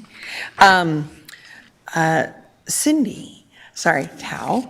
I'm looking at page 22. You mentioned the two COLAs. You mentioned it was generous, and it feels generous after getting 1.07, but I don't know that I would call it generous considering inflation. Fair. Right? And how much is, one, our employees are spending on inflation. So while we do offer an excellent package, we know that it's getting hit every year with the costs. And then the looking out in the next years, like, is it going to go up? Is it going to go down? And the uncertainty of the budget. So thank you for bringing that to us. I don't have any particular comment or question. I just wanted to comment on that. You projected the benefits at 8.8%. Is that based on trends? Is that based on the current belief? What is it, the thought? So we meet with our benefits partners and they give us those factors to use. Are they generally pretty accurate? They are generally. They work really hard to bring us as accurate as possible because they know the fluctuations are highly impactful to us. For sure. All right. I can jump all the way forward to slide 30 now. And looking at that, that risk of fiscal insolvency. And that was 2018, that idea and the fact of where are we now. Thank you for bringing in the history. I really appreciate that. Having only been here 2 years myself and then having so many new board members. Slide 31, I feel like we went really, really fast here. And you mentioned the budget literacy, and I really appreciate the work that you're doing to start having clear communication, giving people a chance to understand what's going on and the decisions they have to make. And the fact that I heard somebody once say, like, you can have anything you want, you just can't have everything you want. So it's really figuring out what our anything is, what our priorities are, and I appreciate that you're bringing in the more conversations. I appreciate that number 4 talks about the lack of compliance and what's the accountability, because while our audit was very, very good, the small little details in there were really about compliancy and about making sure we understand our systems and wanting to be above board and whatnot. You mentioned unbudgeted expenditures. Are those just as a trend or an observation? Can you just say a little bit more about those? Absolutely. So my observation is that because we need budget literacy, because people aren't familiar with their budgets, all year long, my office gets constant requests. Can we add this to the budget? Can we add this to the budget? Can we add this to the budget? Can we add this to the budget? And that is very chaotic and results in wide variances between interim reporting periods. So we're really working towards a system where people know their budgets, they bring forward their best plans, and to the best of our ability, like, that is your plan for the upcoming year. And there's not, I don't know where the tree is in the parking lot that has the dollar bills on it, or the chest underground that has the gold bullion. If somebody would show me, that would be great. But we do need to make those plans together, and then to the best of our ability, stick to them. Unexpected things happen, but we shouldn't have unexpected, unbudgeted expenditures every single week, is what that means. Well, and I really appreciate you bringing that up, the sense of, if our decision-making process is based on who gets there first and the money gets spent, and then your team is the bad guys for saying no to everything, as opposed to, no, we have priorities and we have goals, and how do we align our spending to those, and bring in the people on the school sites and in these different spaces that know those goals and know those needs to make those decisions together. So I appreciate that. Absolutely. I appreciated on slide 34 when you mentioned we just need to better prioritize our restricted funds. Is part of your budget literacy making sure everyone understands where those restricted dollars can and should be spent, so as they're making decisions, they can include that? Absolutely. And ensuring those dollars are spent first. Yes, super important, especially because there's parts of use them or lose them. I don't remember which slide it was on.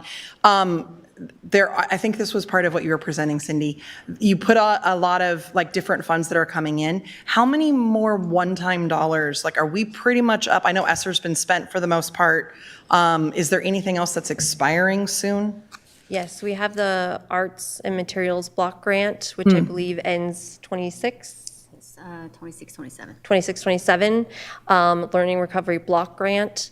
However, we've really prioritized using our Learning Recovery Block Grant to cover the cost of the additional 8 instructional days this year and next year, because that is on the eligibility list of how to spend that. Extra instructional time is the very first at the top, so it seemed like a really nice alignment and use of those dollars. That's fantastic.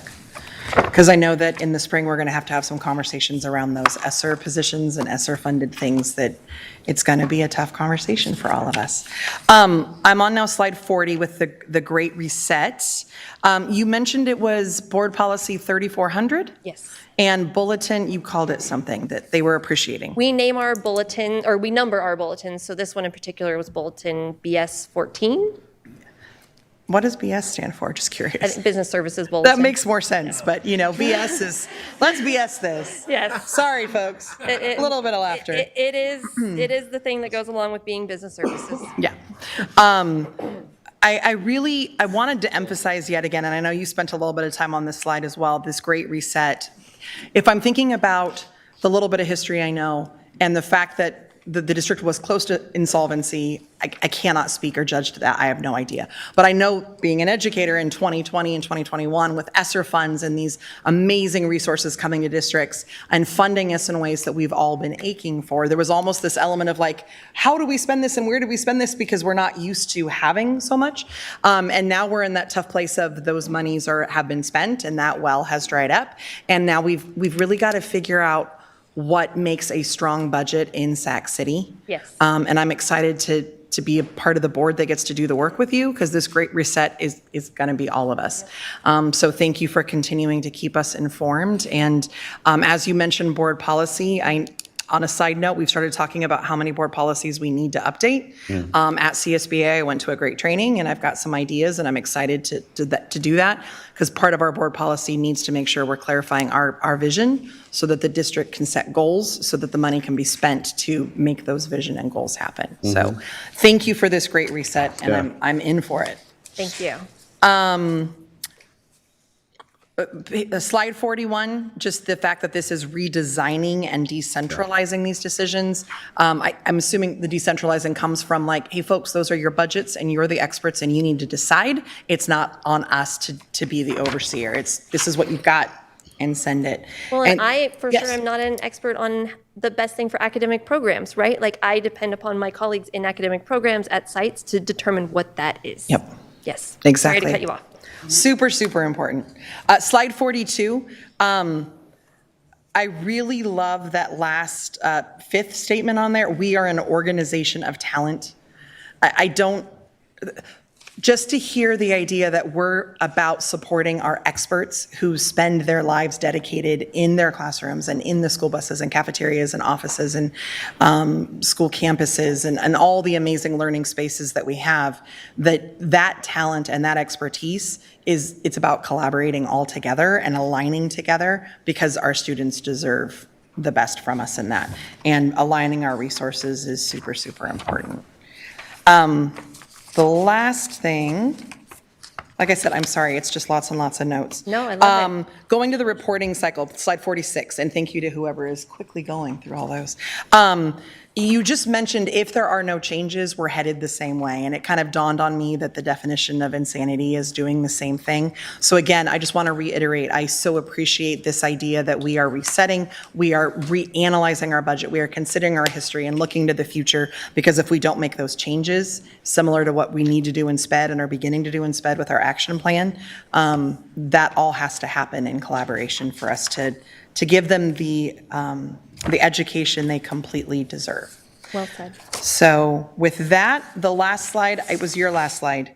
It doesn't have a number on it. It's 51. Going on Back to the Future felt really, really apropos. Like we're looking back, we're in the future. It was beautiful. Learning from our past, but knowing that on our spring, as we get more details, because it's always a moving target with our assumptions, it may look better or worse, but I want to say I'm in it with you guys, and thank you for all your work. And I apologize that I took up all the board time for my comments. I just had a lot of thoughts. Thanks for listening. Thank you, Member Jean. Oh, okay. Well, thank you. I think you asked all the questions that all of us were definitely thinking. Michael Benjamin? You back on? Sure. All right, so Mr. sorry, Benjamin. I was on, then I was off, but I want to say that the power in this, we went to the CSBA training.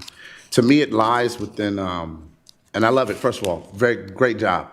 But slides 40 through 40 and 41 especially, when you consider a great reset, I like the process of educating on processes, because I find that a lot of times people get kind of, upset with the process when the transparency is not there, right? And so it is the language, right? It's a lot of acronyms and things of that nature. And then I really am very impressed with this budget development process on page 41.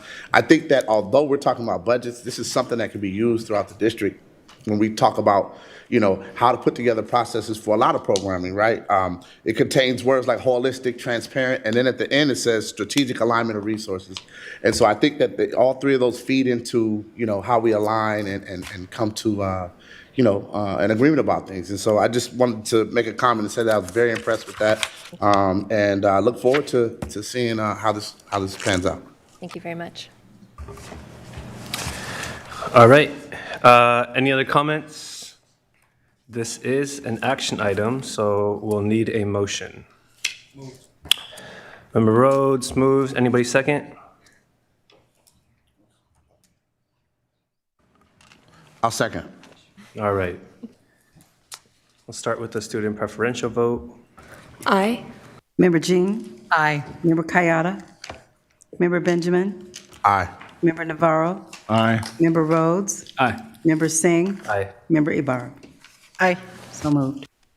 Thank you. Great job.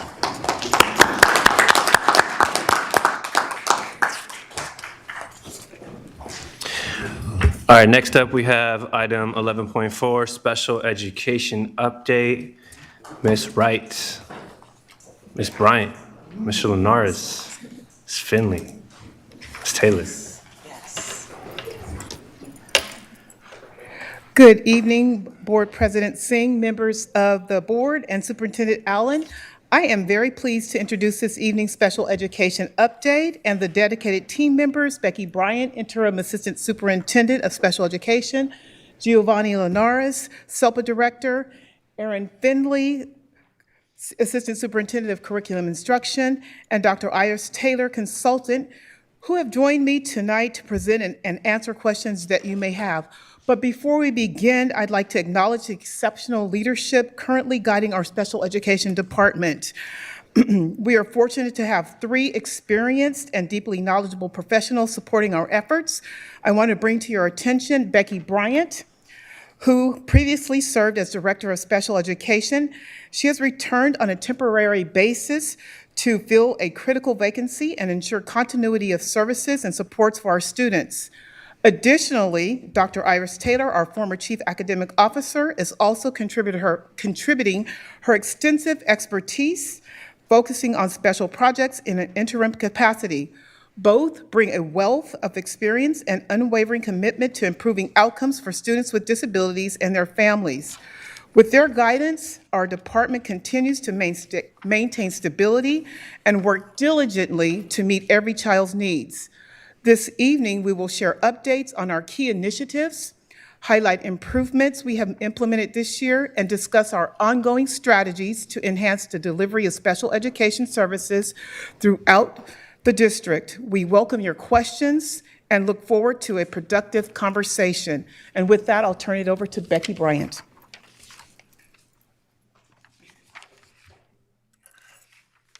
Good evening, board members and superintendent.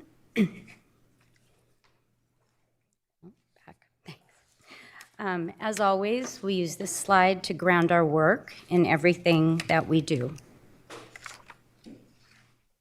We've also provided you tonight, to get started, a list of acronyms that you will often see or hear when you're reading about special education or the services that we provide. Tonight, we are going to include our vision for special education going forward, an overview of the department and the SELPA responsibilities, how we are organized, who we serve and how we serve them, an overview of our students' performance and progress, and of course, as always, our highlights, our challenges, and our opportunities. When Dr. Taylor and I arrived in September, we found that last year there was a grand jury report. There are also the BPSB settlement, and then the subsequent action plan had just been developed and voted on.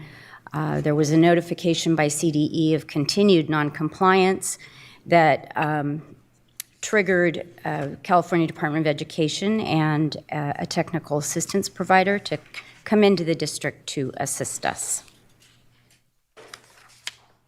As we move forward, a vision has been developed that will be part of our systemic improvement work, and it is as follows. We support students with disabilities with a focus on Black and African American students with disabilities in an environment where they are seen, understood, celebrated, and experience joy within every SCUSD school.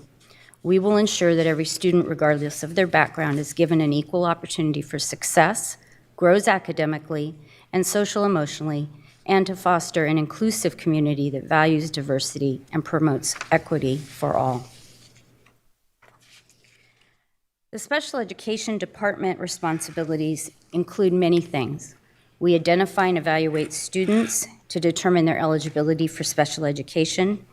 We develop and implement their individual education plans. We provide direct instruction and related services. We support inclusive practices. We encourage and work to increase our family engagement, and we collaborate with community agencies. We continue and always are collecting, analyzing, and managing data for accountability and continuous improvement. Gio is going to now explain, Mr. Linares, our important work of the SELPA and how it aligns to the work within the department and the larger district as a whole. Perfect. Thank you. So in strong partnership with the special education department, the SELPA is working to more integrate special education work into our MTSS framework. And we're going to do that in a number of different ways. One of them is going to be to take a very strategic approach to the way that we develop our local plan. So the local plan is the roadmap for how special education services are provided within SEUSD. And obviously through that MTSS lens, we have to now embody what Becky's talking about, that inclusivity, right? That access to typically developing peers, to general education environments and curriculum. So that's one way that we're going to do that. We're also going to focus on the integration of the BPSP action plan within that MTSS framework, within those things that we do on a daily basis. So it's not seen as simply a compliance measure, but rather the way that we do business in supporting students day in and day out. Hopefully that highlights for you the presentation that Dr. Peters did last month. Other key responsibilities within the SELPA is to provide technical assistance on compliance issues, coordinating that BPSP action plan, overseeing and supporting the alternative dispute resolution supports, as well as non-public school and non-public agency operations. Additionally, the SELPA supports legal processes and professional learning initiatives. And then we foster community engagement through the support of our Community Advisory Committee, or CAC. And a number of you were at our holiday mixer this week, which was a raging success, 200 people in this room. Thank you, Santa. And so that's just some of the responsibilities that the SELPA takes on. I'll turn it back over to Becky to start. So our organizational structure is such that we are led by our Chief Academic Officer. The department is staffed with an Assistant Superintendent of Special Education, and 4 administrators of teaching and learning support the work of the department responsibilities. Then in the SELPA director and his staff consist of an additional administrator of teaching and learning specific to SELPA activities, and 2 board-certified behavior analysts that support the work of the SELPA. So we also have many other individuals that support our students throughout the district. And there are a large number of folks that are part of this system, and this slide represents our village of people that help to support and provide students and supports to our students throughout the district. Some of our central staff, both administrative and our administrative support staff, are here in the audience tonight. Thank you for all you do on behalf of our students. We appreciate you very much. The population of students that we serve is very diverse. This slide represents our total students with disabilities and their race or ethnicity. In addition, a percentage of our students are also English learners and/or socioeconomically disadvantaged. You will hear the term disproportionality, which is a calculation of how the percent of enrollment in the district breaks down by race, ethnicity, and how that compares to the percent of students with disabilities by their race or ethnicity. The percentage of students with disabilities in each group should be proportionate to the total district percentage. Of concern in this slide is the proportion of Black and African American students to the percentage of district enrolled students. It's disproportionately higher currently. There are 13 federal categories of disabilities, and they're listed here with our current numbers of students in each of the categories. Our total eligible students currently across the district is 7,287. The 4 largest categories of disability areas, classifications that we serve are specific learning disability, speech and language delays, autism, and other health impairment. As a further illustration of where our students receive their services, we serve students in all different types of settings: general education, inclusive settings, resource specialist programs, special day classes, non-public schools, which are special day classes not on comprehensive campuses, and in some cases, residential treatment programs. We also have students that we serve beyond the age of 18 through the age of 21 in our adult transition programs.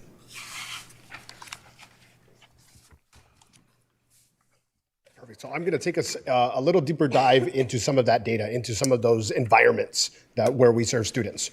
So as Becky mentioned, we're working with a technical assistance facilitator. Her name is Jasmine Vance, and she works out of the Systems Improvement Leads. It's a grant out of CDE, and she, through Systems Improvement Leads, has introduced us to a really fabulous tool called the Data Drill Down tool, which is an opportunity for us to take that data that we usually get at the end of the year and be able to run reports throughout the year to kind of see how we're doing in those indicators that we get evaluated on at the end of the year. So in here, we're going to focus on LRE, least restrictive environment. And so that's broken down into 3 different areas. It's the percentage of students 80% or more in general education.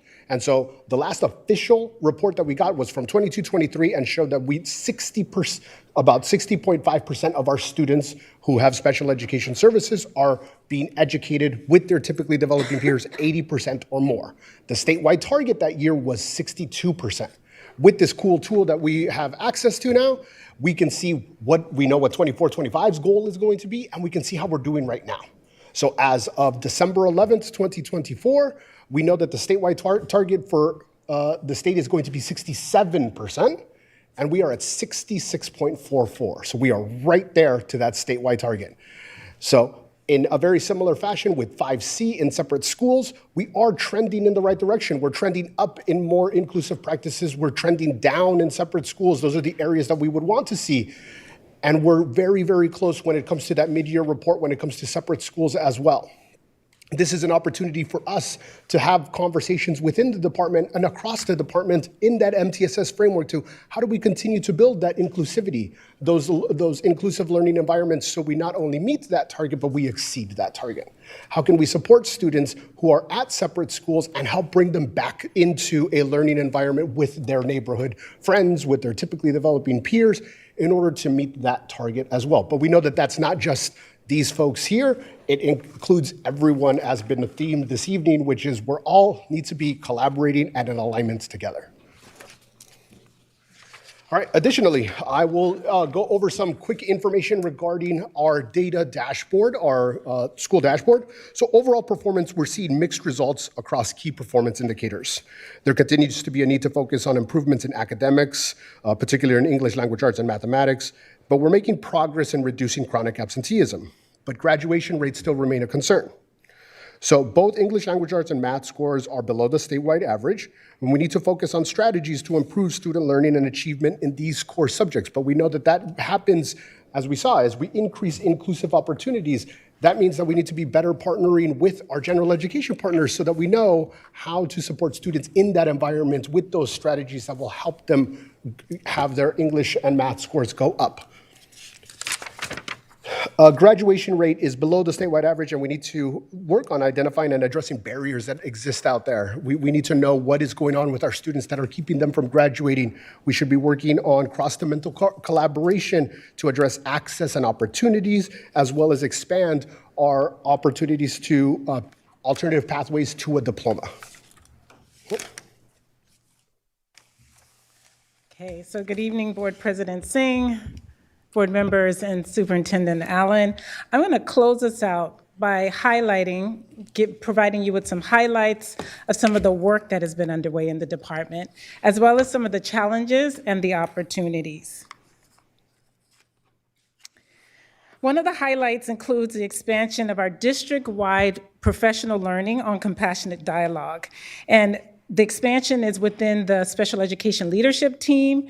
It has been a powerful opportunity for department and SELPA leaders to collaborate and learn together to build a strong special education team and to learn protocols for collaborative work within as well as outside of the special education department.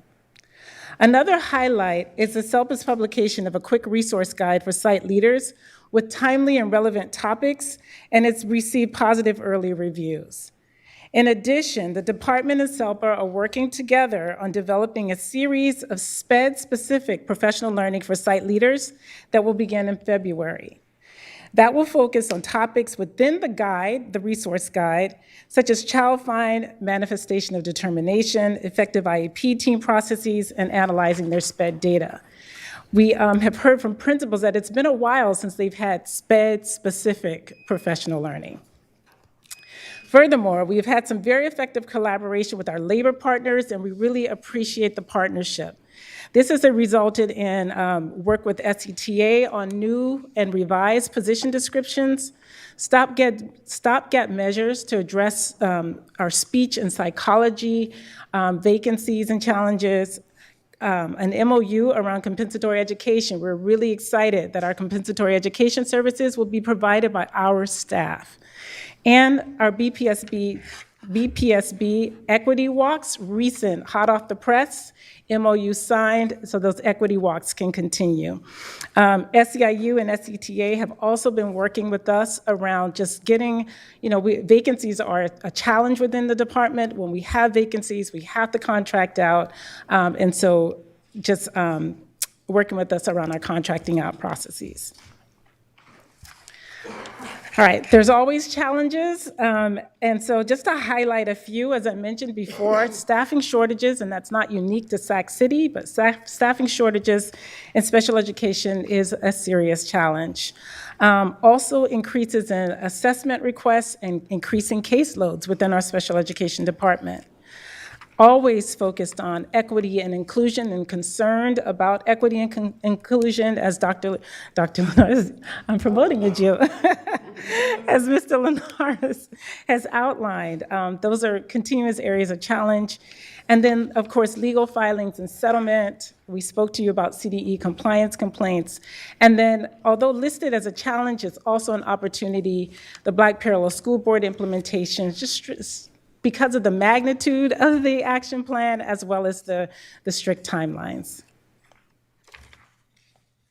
So as I mentioned, staffing shortages, this is just from our, a highlight of where are some of our shortages in staffing within the department, but I do have good news to share with you that as recently as last Friday, we had a recruitment fair for special education, and it yielded. We can reduce some of these numbers, 6 teachers for special education, 12 instructional aides, and 13 substitute clerical and custodial staff. And so we just want to thank our human resources partners, our labor partners who showed up and really supported that effort. All right, so with every challenge, and we view it this way, is an opportunity. Behind every challenge is an opportunity to learn, and to improve. And so we've established through our work with systems improvement leads, just these 4 focus areas that have come out of the challenges that we've experienced. And so the first is around reducing the number of CDE compliance complaints through a focused approach to tracking those complaints, not only tracking the complaints, but our time to completion of those complaints with regular periods of review among our special education department leaders. And doing that on a weekly basis with our administrators of teaching and learning. The second is around paying closer attention to how our students with disabilities are performing academically through semester and trimester reviews of our grade reporting. And then the third is around establishing clear processes for assessing and determining eligibility for our special education services by conducting IEP audits to see the alignment between goals and assessment reports. And then finally, focusing on our daily functioning processes. We have many to focus on, to standardize, but we have honed in on one, which is our independent educational evaluations process, born out of a CDE complaint, but to better define the process, ensure it's known by all, and then tracking and assessing our process breakdowns. Okay, this is definitely not the only work, so to give you some more opportunities for future work. Again, the Black Parallel School Board implementation plan, and I'm not going to list all of these, but highlight the revision of the position descriptions. We have position descriptions that are like decades old, and so they need to be revised and clarified. Continue to establishing process clarifications.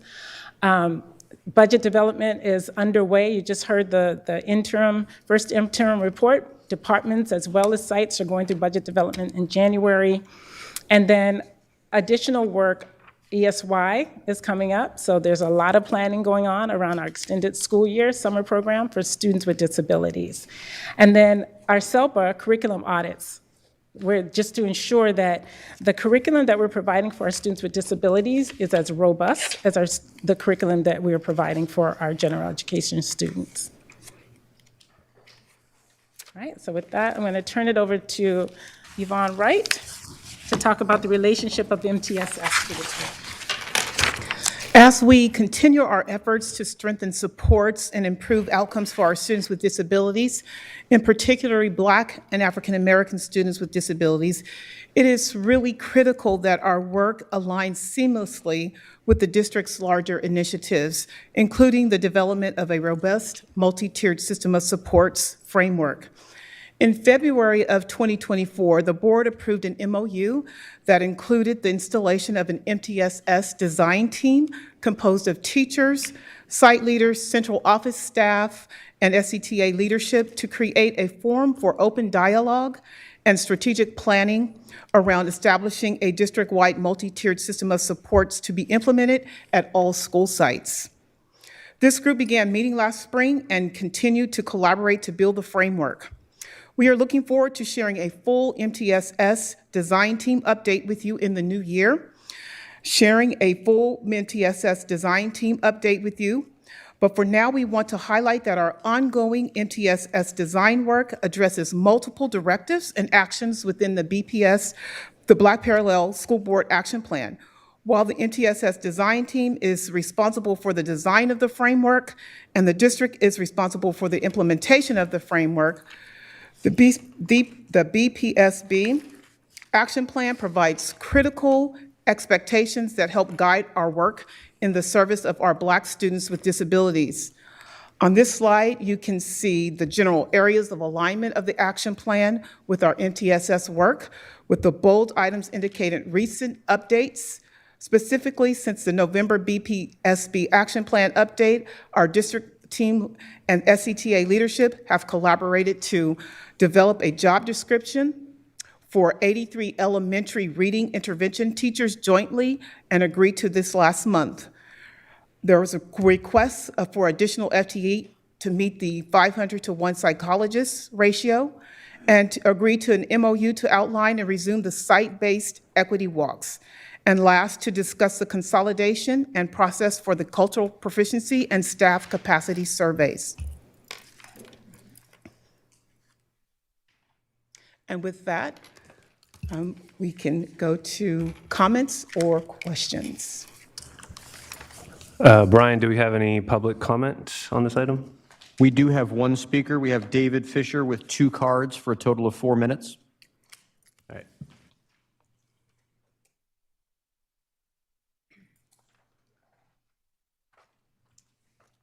Good evening again. I'm David Fisher, First Vice President of the Sacramento City Teacher Association. So it's appropriate that this item is coming before the board on the first official meeting of the new SUSD school board. You know, it's no secret that work in special education has been one of our focuses and has a great potential for improvement. So just like our SETA equity shirt says, all means all, and of course that includes students with disabilities. By the way, these are for sale for $20 for our scholarship committee, if anybody's interested. So the work that we've begun with the district are highlighted here, and you've heard some of it already this evening. First, as you just heard, we've been working on developing a state-of-the-art MTSS program, something long overdue here in Sac City, and one that we expect to be fully resourced with trained staff to provide intervention necessary for all students. Second, we've been trying to address the shortage of educators in special education, particularly speech and language pathologists. That's why we agreed to an extra 6% salary increase for those hard-to-fill positions. Additionally, we've been working with Dr. Tiffany Smith-Simmons and her HR team to recruit and hire staff, especially special education practitioners, and including instructional aides represented by SEIU. Third, as part of our settlement around the waiver, we reached an agreement to add 83 reading intervention teachers throughout the district, with 1 at every elementary school and 2 at those schools with higher needs. Fourth, in our last contract settlement, we agreed to lower class sizes in grades 4 through 6 this year and secondary beginning next year. Fifth, after a little bit of a rocky start, the district, through the leadership of Iris Taylor, Becky Bryant, Yvonne Wright, and Kansi McCarn, have finally engaged in how to begin the implementation of the Black Parallel School Board Action Plan approved by the school board earlier this school year. We've already reached an agreement on a couple issues, including the equity walks that you heard about earlier. We expect this will generate a lot of goodwill and momentum as we address the larger, more complicated issues going forward.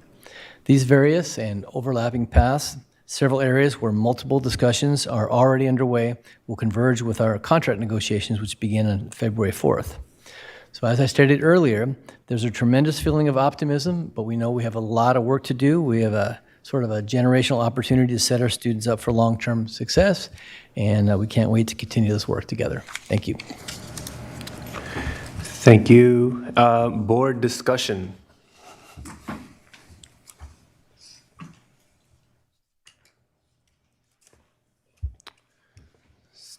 student member. Go ahead.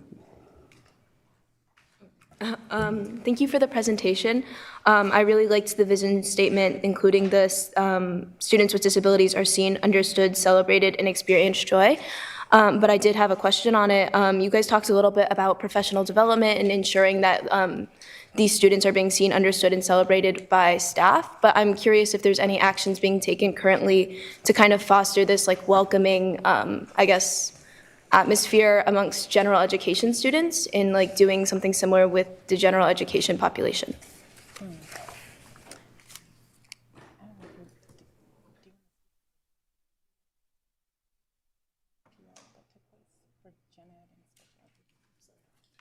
Summer PL that took place for Gen Ed especially.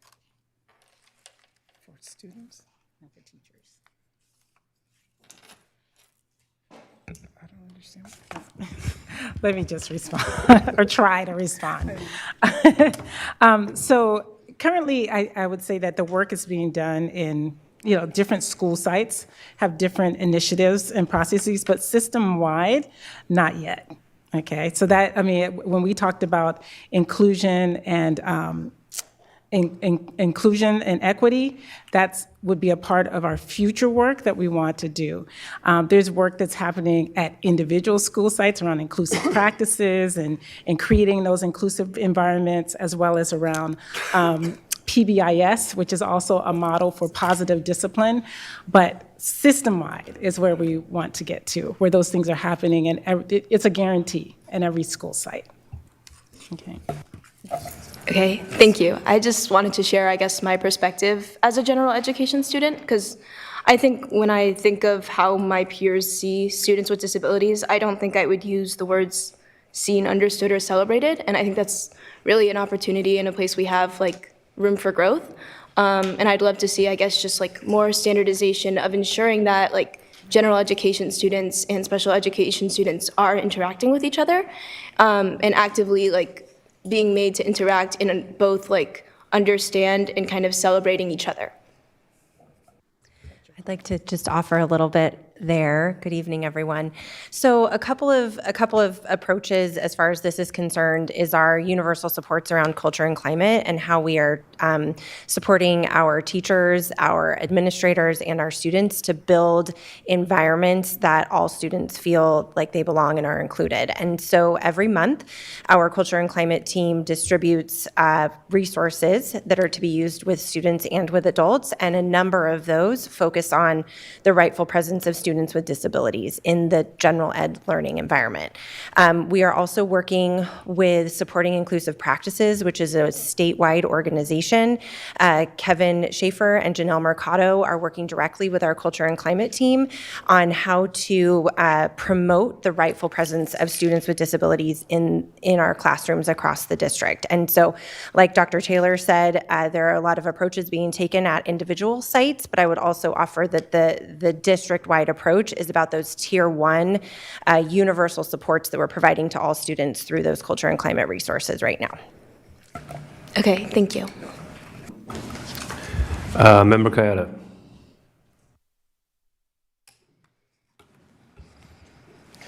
So I have a couple comments and questions, and I want to preface it by saying that I do appreciate this presentation. I appreciate, obviously, the hard work that you put into giving us this information and developing these plans.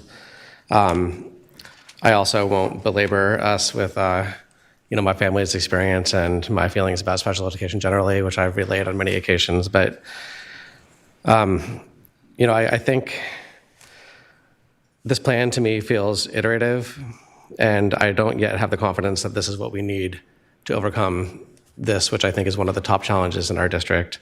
I'm struck by our previous presentation by Ms. Marking and her team about the Great Reset and really reimagining the culture of our finances, right? That's what I'm looking for special education. It's not continuing to chip away at what we've been working at for the past 20 years. It's a complete reimagination. I do get a sense that there is an attempt to do that with the Vision 2.5. I don't want to criticize the vision, but I will say it seems to be lacking a few things that I think are necessary to represent a cultural reset rather than an improvement to existing practices. First of all, it doesn't mention general ed students with disabilities are general ed students who have services. It talks about them still as special education students. And as long as we keep thinking about special education students and general education students, we're never going to have the cohesion. They're never going to be fully welcomed into our schools. And they won't also have their needs fully met. Also lacking there was a mention of providing students with the services they need on a timely basis. Because again, special education is not a place you send kids, it's not a place they go, and it's not a label they carry. It's a series of services that they get because of their disability, but they are first and foremost general education students. So, whether or not that's in the vision, I really want that to be something that as an entire school district, every single person in the district, when we look at a special education student, they're not a special education student. Here's a student that's getting a particular set of services, and we're going to make sure we identify those services. The other thing that, I think also is a cultural change for us is to stop being responsive to litigation. Black Parallel School Board, while that's 100% necessary for us to focus on right now and addresses something we really need to do, it's representative of a district's approach to special education that relies on complaints that rise to the level where we have liability. We should be, of course, responsive to that, but we need to focus on fixing the system.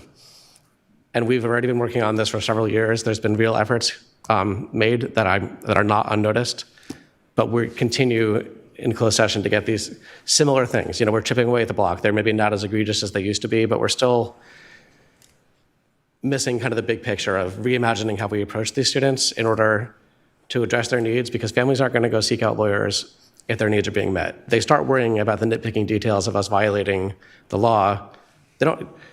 People are not looking to get money from us for their kids. They're looking to get their kids their services. So, I'm not trying to say this in a way that I'm criticizing anyone, because I know that I'm in a lot of ways speaking to the choir, but I just want that to be where we lead from, what drives us in our work. So I do have a couple questions.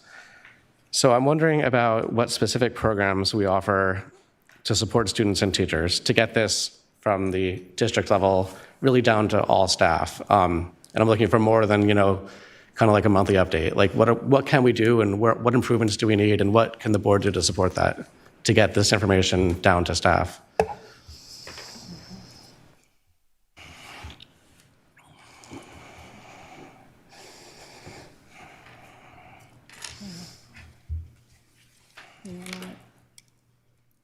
So first, I wanted to just say I appreciate the comments about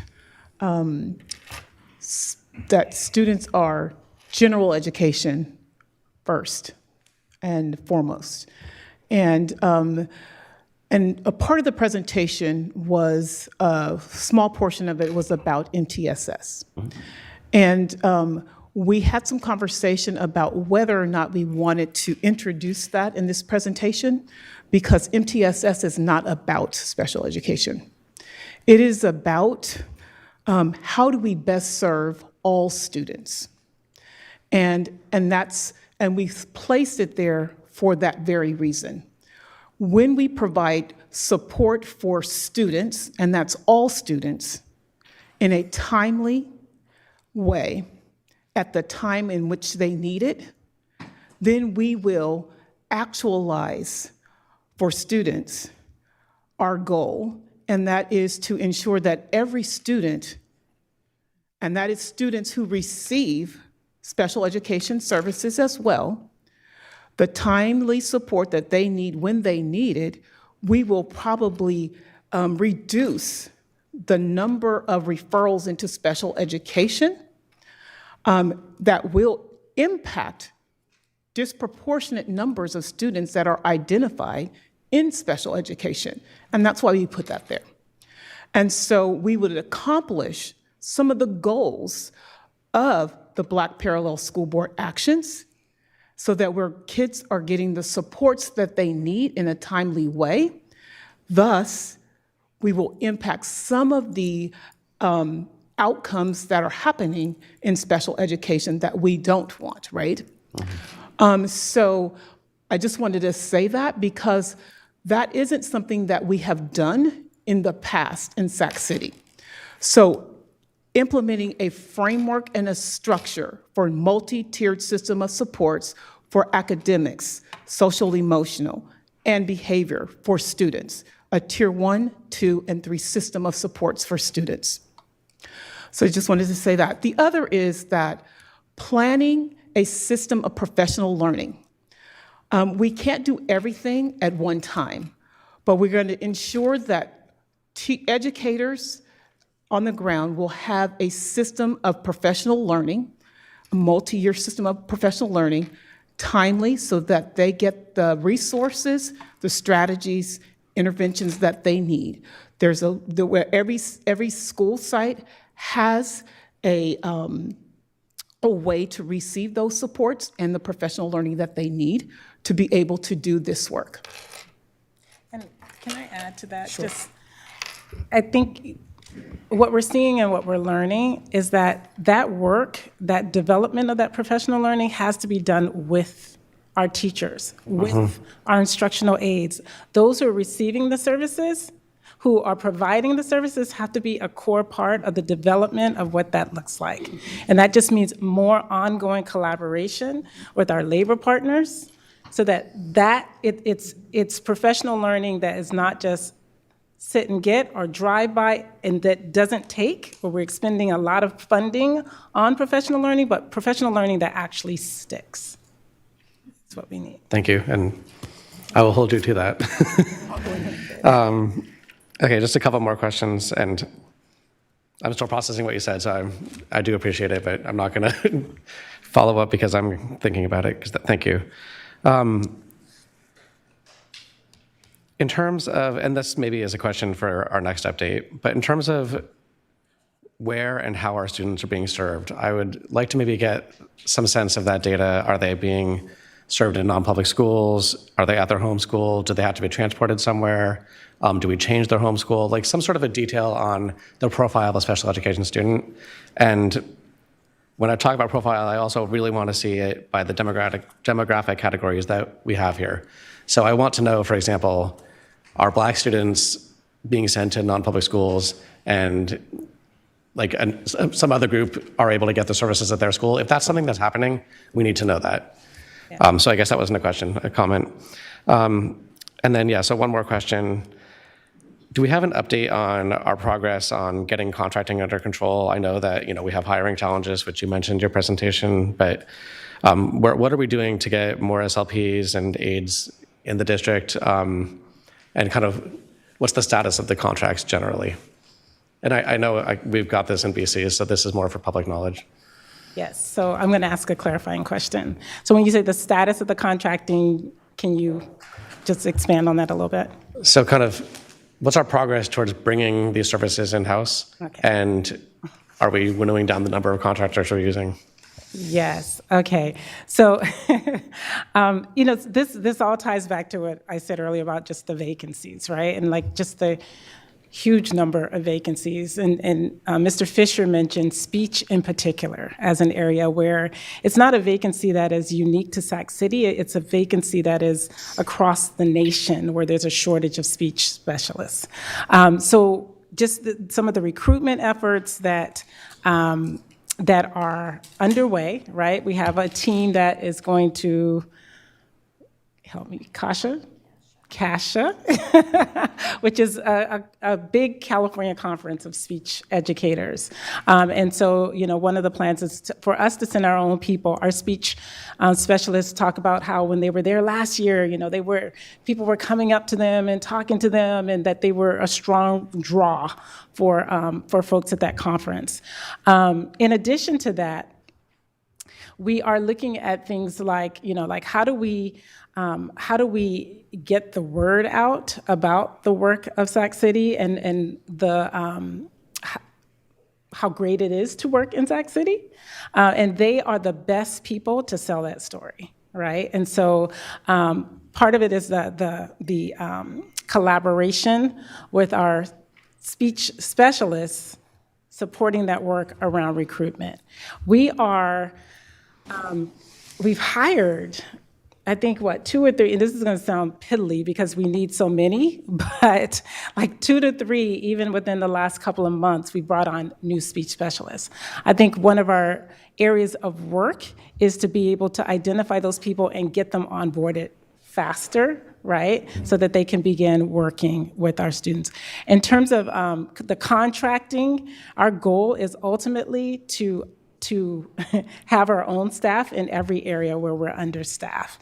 And so it is, as we bring people on, we decrease our contracts, right? So it's kind of a push and pull, but it's just a very slow push and pull.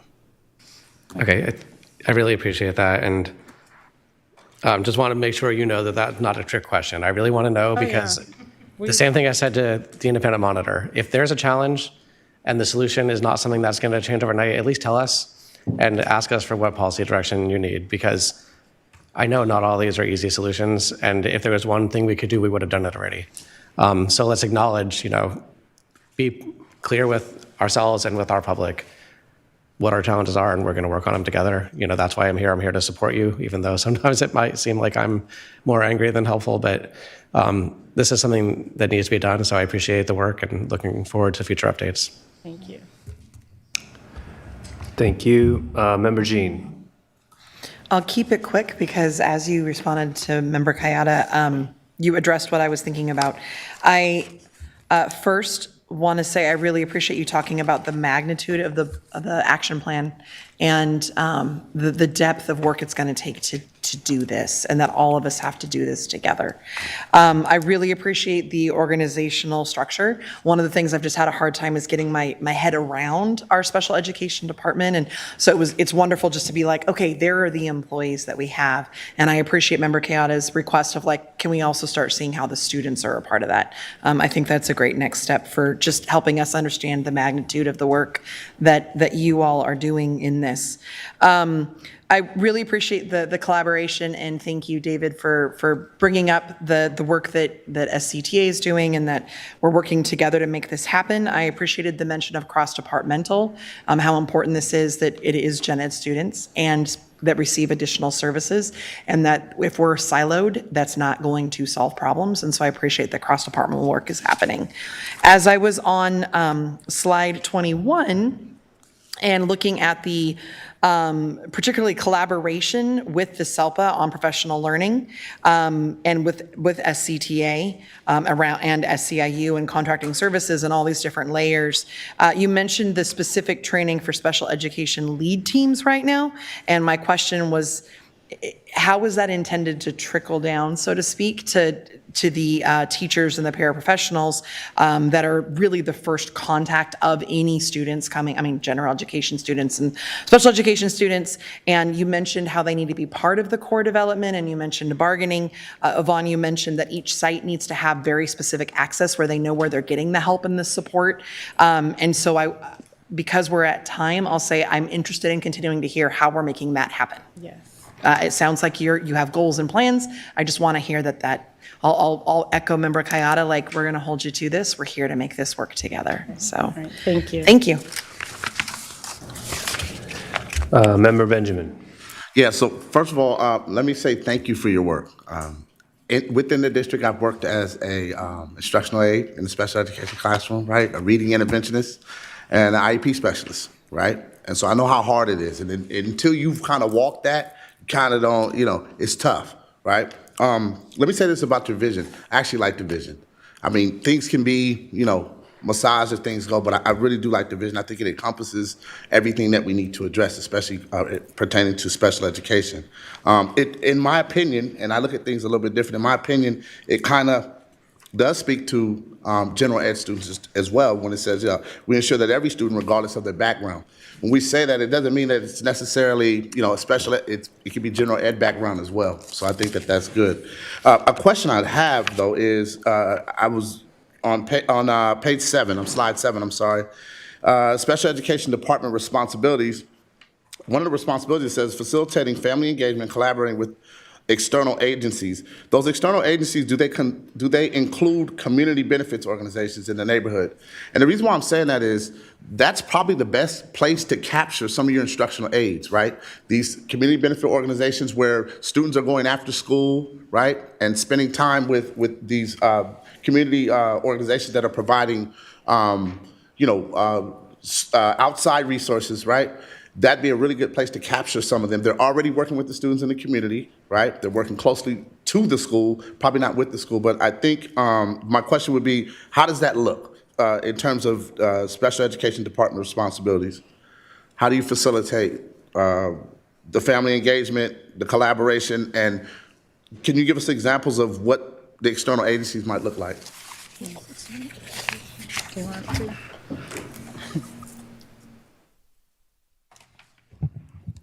Well, between the department and the SELPA as a whole, the way that the SELPA is built is around community collaboration and input. So engagement with the families, engagement with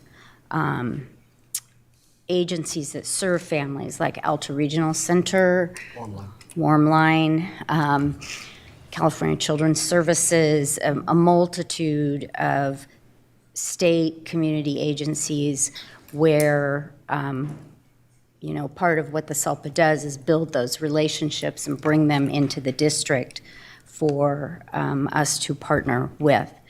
Could we do more than we're doing right now? Absolutely. I think you're speaking more to like community-based organizations. Yes, okay. I'm sorry. And so my next question was, can we get a list of those external agencies, right? I think external, I put a comment here, external, but I put community in parentheses, right? Because I think that that's a space that's important when we look to, especially in the special education, community for our kids is they're working with these outside community agencies that are working close proximity into the area that they're in, right? And so I was an instructional aide who worked closely with my community, so I've seen a lot of my students outside of the school setting, and it made a difference. So I don't know if that's a consideration, but that's something I'd like to explore. Thank you for that. All right, Member Ibarra. Thank you for the presentation. It was very informative. I have a couple of questions, less than I had when I started because they asked a lot of them. The first thing I want to address is on page 7 and 8, when you reference kind of going based off of what he was talking about, the family engagement piece. It's also referenced, I just said that on both pages. Anyway, so what does that look like is something that, like in the future, not tonight, right? Like I would like to see, because when I think in terms of family engagement, and I think of this lawsuit that we're trying to make right? I'm thinking high impact family engagement. So what does that look like?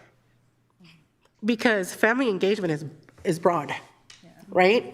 And so if we really want to make change, we have to look at, as a district, what practices are we using outside of just saying engaging families.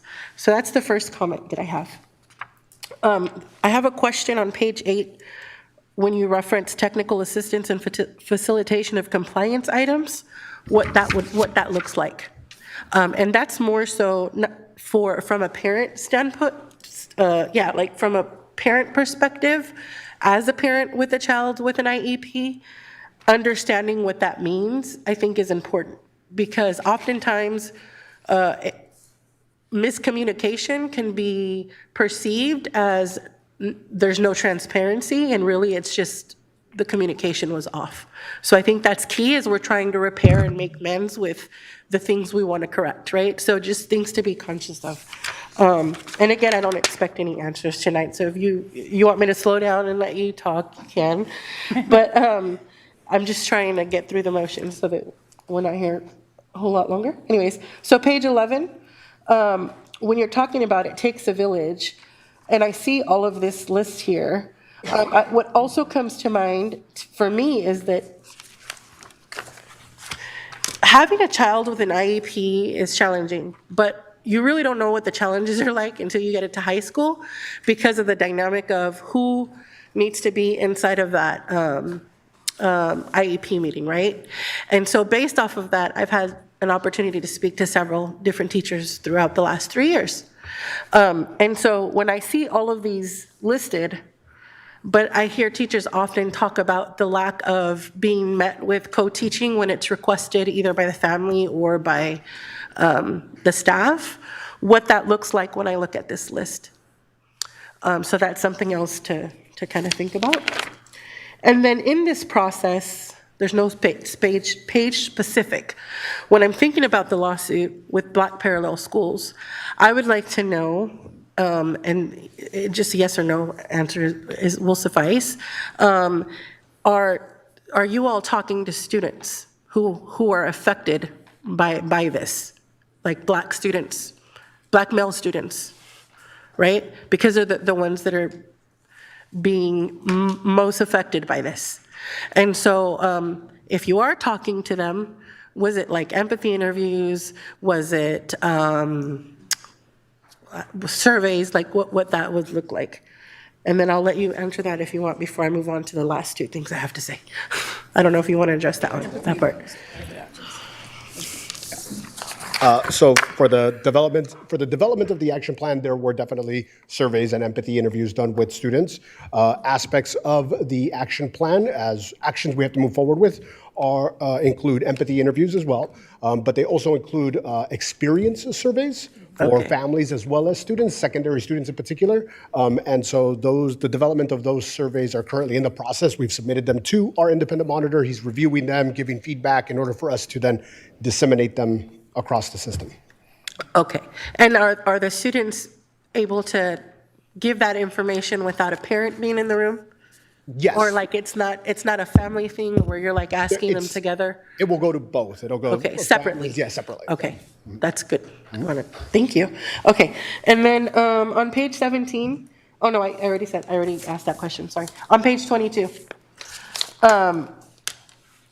when we're talking about staffing shortages and increasing caseloads, I just want to highlight that on page 26, when you see the action for reducing the psychologist-student ratio to 500 to 1, I want to say that that's actually really good because you kept it, right? I went right away to check and see what CDE's recommendation was, and you're right at it. So I appreciate that very much because we know that those ratios can make a big difference. And so I don't know if you all are aware of ratios, but like the California Department of Education says 500 to 750, and we said 500, and I think that's incredible. So I wanted to bring that up. And then lastly, no, that was it, because they asked the other questions. Thank you. All right, thank you so much. I don't see any further comments. I'll just try to say one little thing, and that is if you look at the makeup of this board, you have folks who have classroom experience, you have folks who have instructional aid experience, folks with lived experience. So you're going to get a lot of questions on this, but also because folks are really, really wanting to see a difference. There's special ed teachers here today.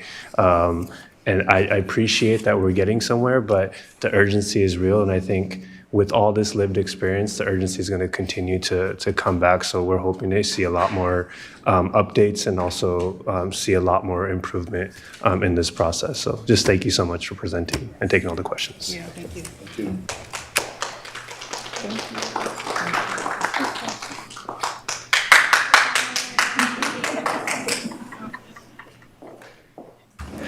All right, item 12.0, communications, student member report.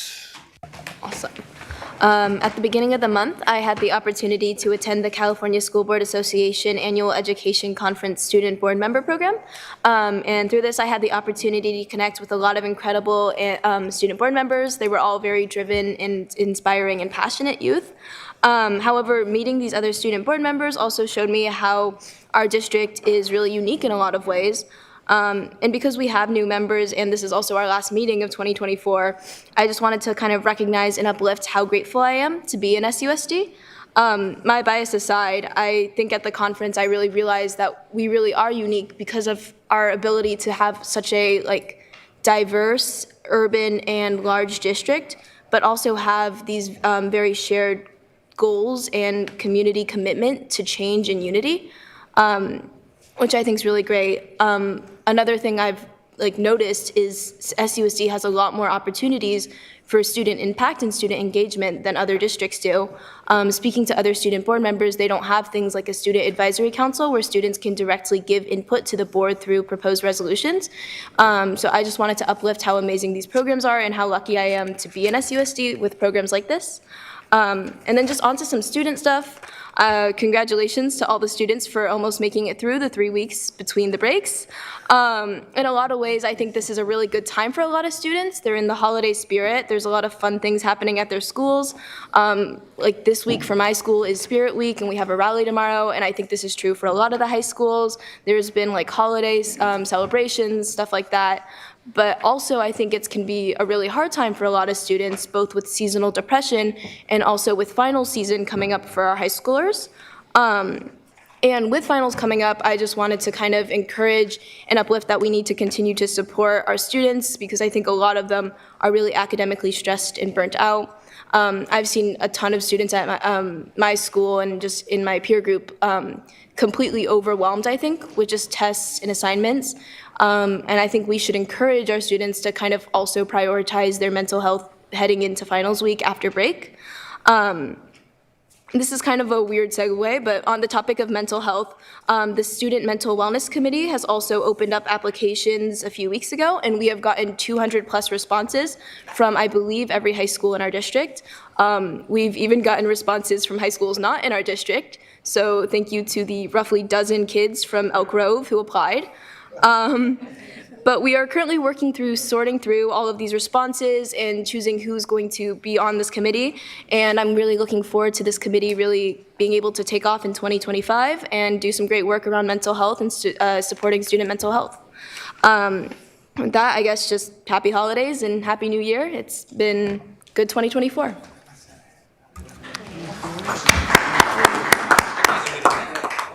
Get those 12 students from Elk Grove to just transfer. It's fine. You got somebody from that school.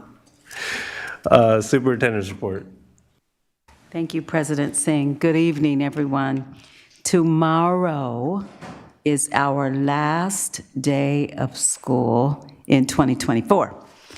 And before we take our winter break, I would like to thank our staff for their work this school year and give a few special shout outs for the holiday spirit staff has displayed this month. Our Family and Community Engagement Department held 5 pop-up events at school sites throughout Sac City to provide enrollment, parent square, and Infinite Campus support, as well as free books and computer access, so thank you.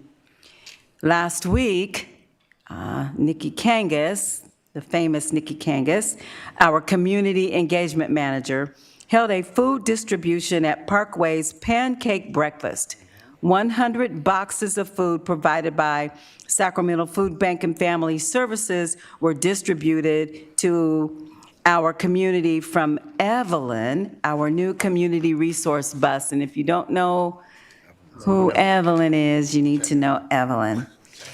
Our Homeless Education Services Program hosted a mobile movie night at one of the motels many of our unhoused families are temporarily staying at. And our staff provided entertainment, popcorn, blankets, hygiene items, jackets, and food. Thank you to all of our staff who participated in our foster youth gift drive to provide presents from wish lists for foster students. Foster Youth Services have been busy delivering all of the gifts to homes this week, and they had an event here either yesterday or the day, but one day this week, and the way they decorated this room, it was fantastic. So thank you to our foster youth staff. Finally, thank you to all of our community who made donations at the Cerna Center for our Spirit of Giving drive to help unhoused families. Our blue bins in the lobby has been filled multiple times with donation items, including hygiene items, blankets, pantry items, and kids snacks. So thank you so much. This month, there has been so many winter concerts, fairs, toy giveaways. Special shout out to Isidore Cohen, if anyone is watching from Isidore Cohen thank you. Just wonderful events happening throughout the district at school sites. They have made a significant impact on the lives of our students, and I am grateful to each of you every day for the excellent work you do for this wonderful district. All of your efforts inspire students to connect, grow, learn, and dream, and that's what's working in education. That's what is working in education, and that's what it's all about. In closing, I would like to thank our staff, and I really want you to spend some quality downtime, relaxing, recharging, rejuvenating, all those re's, with your loved ones over the winter break. Enjoy your time off. Thank you.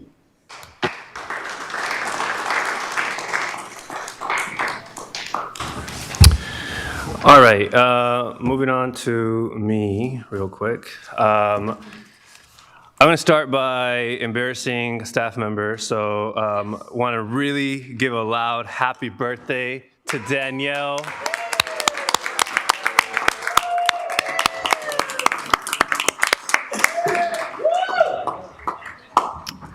We'll save we could sing, but we won't do it. Save you some embarrassment. I also want to really quickly think about just the fact that we have a student member who takes their role really seriously. So I just really appreciate the commentary.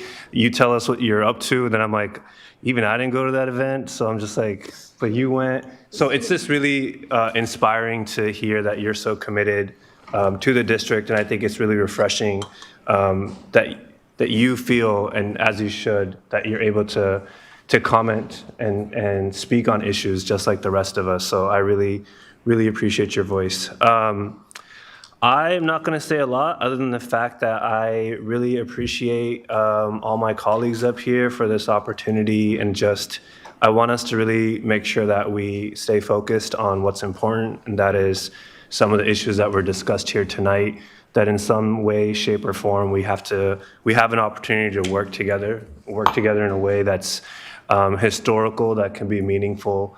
And I just want to make sure that our focus remains on the kids, and our focus remains on making sure that students are receiving what they need to receive. And that's our only job up here, is to make sure that our students are taken care of, and that we're working with everyone, including our partners, our labor partners, our staff, to ensure that we're doing everything in our power to make this the best district possible. So thank you for your blessings tonight, and I'm going to pass it over to anybody else who wants to speak.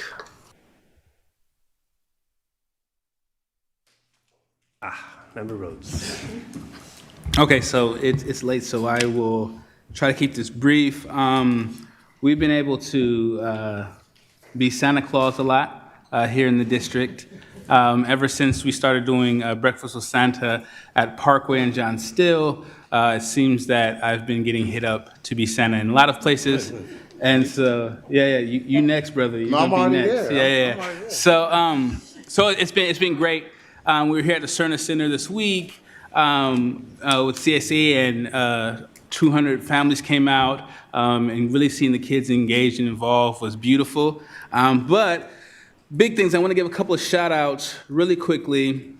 About a week ago, we did a big project called Be the Light South Sacramento, where we took a whole block, about 40 houses in Area 5, and we decorated them with festive lights for the holidays. And we had over 70 volunteers come out on 68th Avenue, right by in Area 5. And we had SMUD, great sponsor, Supervisor Kennedy, Councilman Vang, SMUD Director Tamayo, SEIU, SCTA, the Yin family, McDonald's, Job Corps, Area 5 principals came out, community school coordinators came out, community shop class, families and communities, and then also my team, David, Carissa, Anna, Maria, Danny, and Matt, who really brought together the groups and made it all work. It really goes to show that as Board of Education trustees, we don't only represent the school sites, but we represent those neighborhoods that our students are coming from as well. And also that, if you have a big idea, if you can do it by yourself, it's not big enough. And this showed that big ideas can happen and they can come through to fruition very quickly. So thank you to all the partners. Next year, we're going to try to ramp it up and do 100 houses. So you guys are all invited to the next time that we do something dope in Area 5. So Southside Pride people, thank you.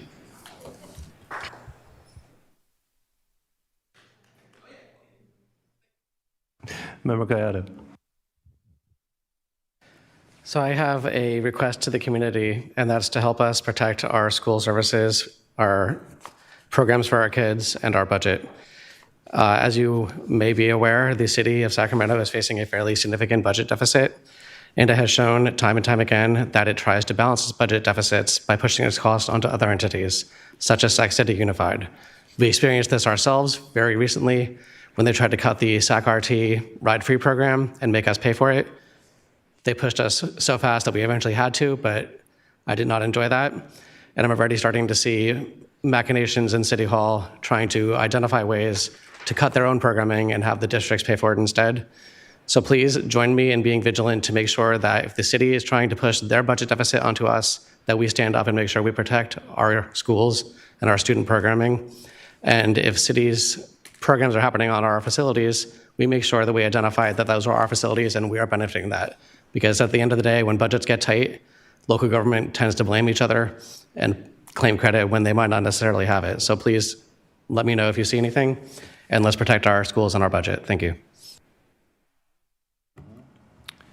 All right, thank you, Member Kayada. Item 13.0, consent.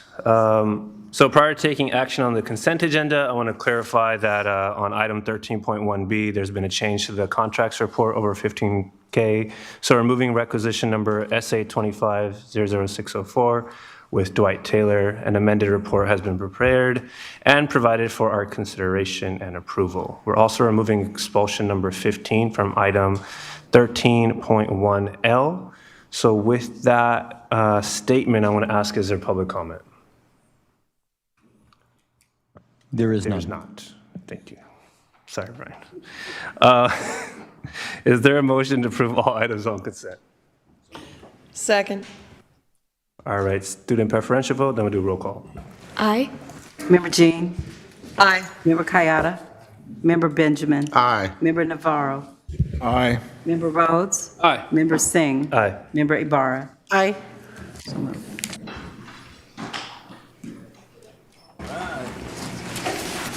Oh, sorry, let me go to my page. All right, sorry. Where are we at? It's all good. Future board meetings, January 16th and February 6th. Thank you so much. Whoa. That was fast. Y'all know where we're at.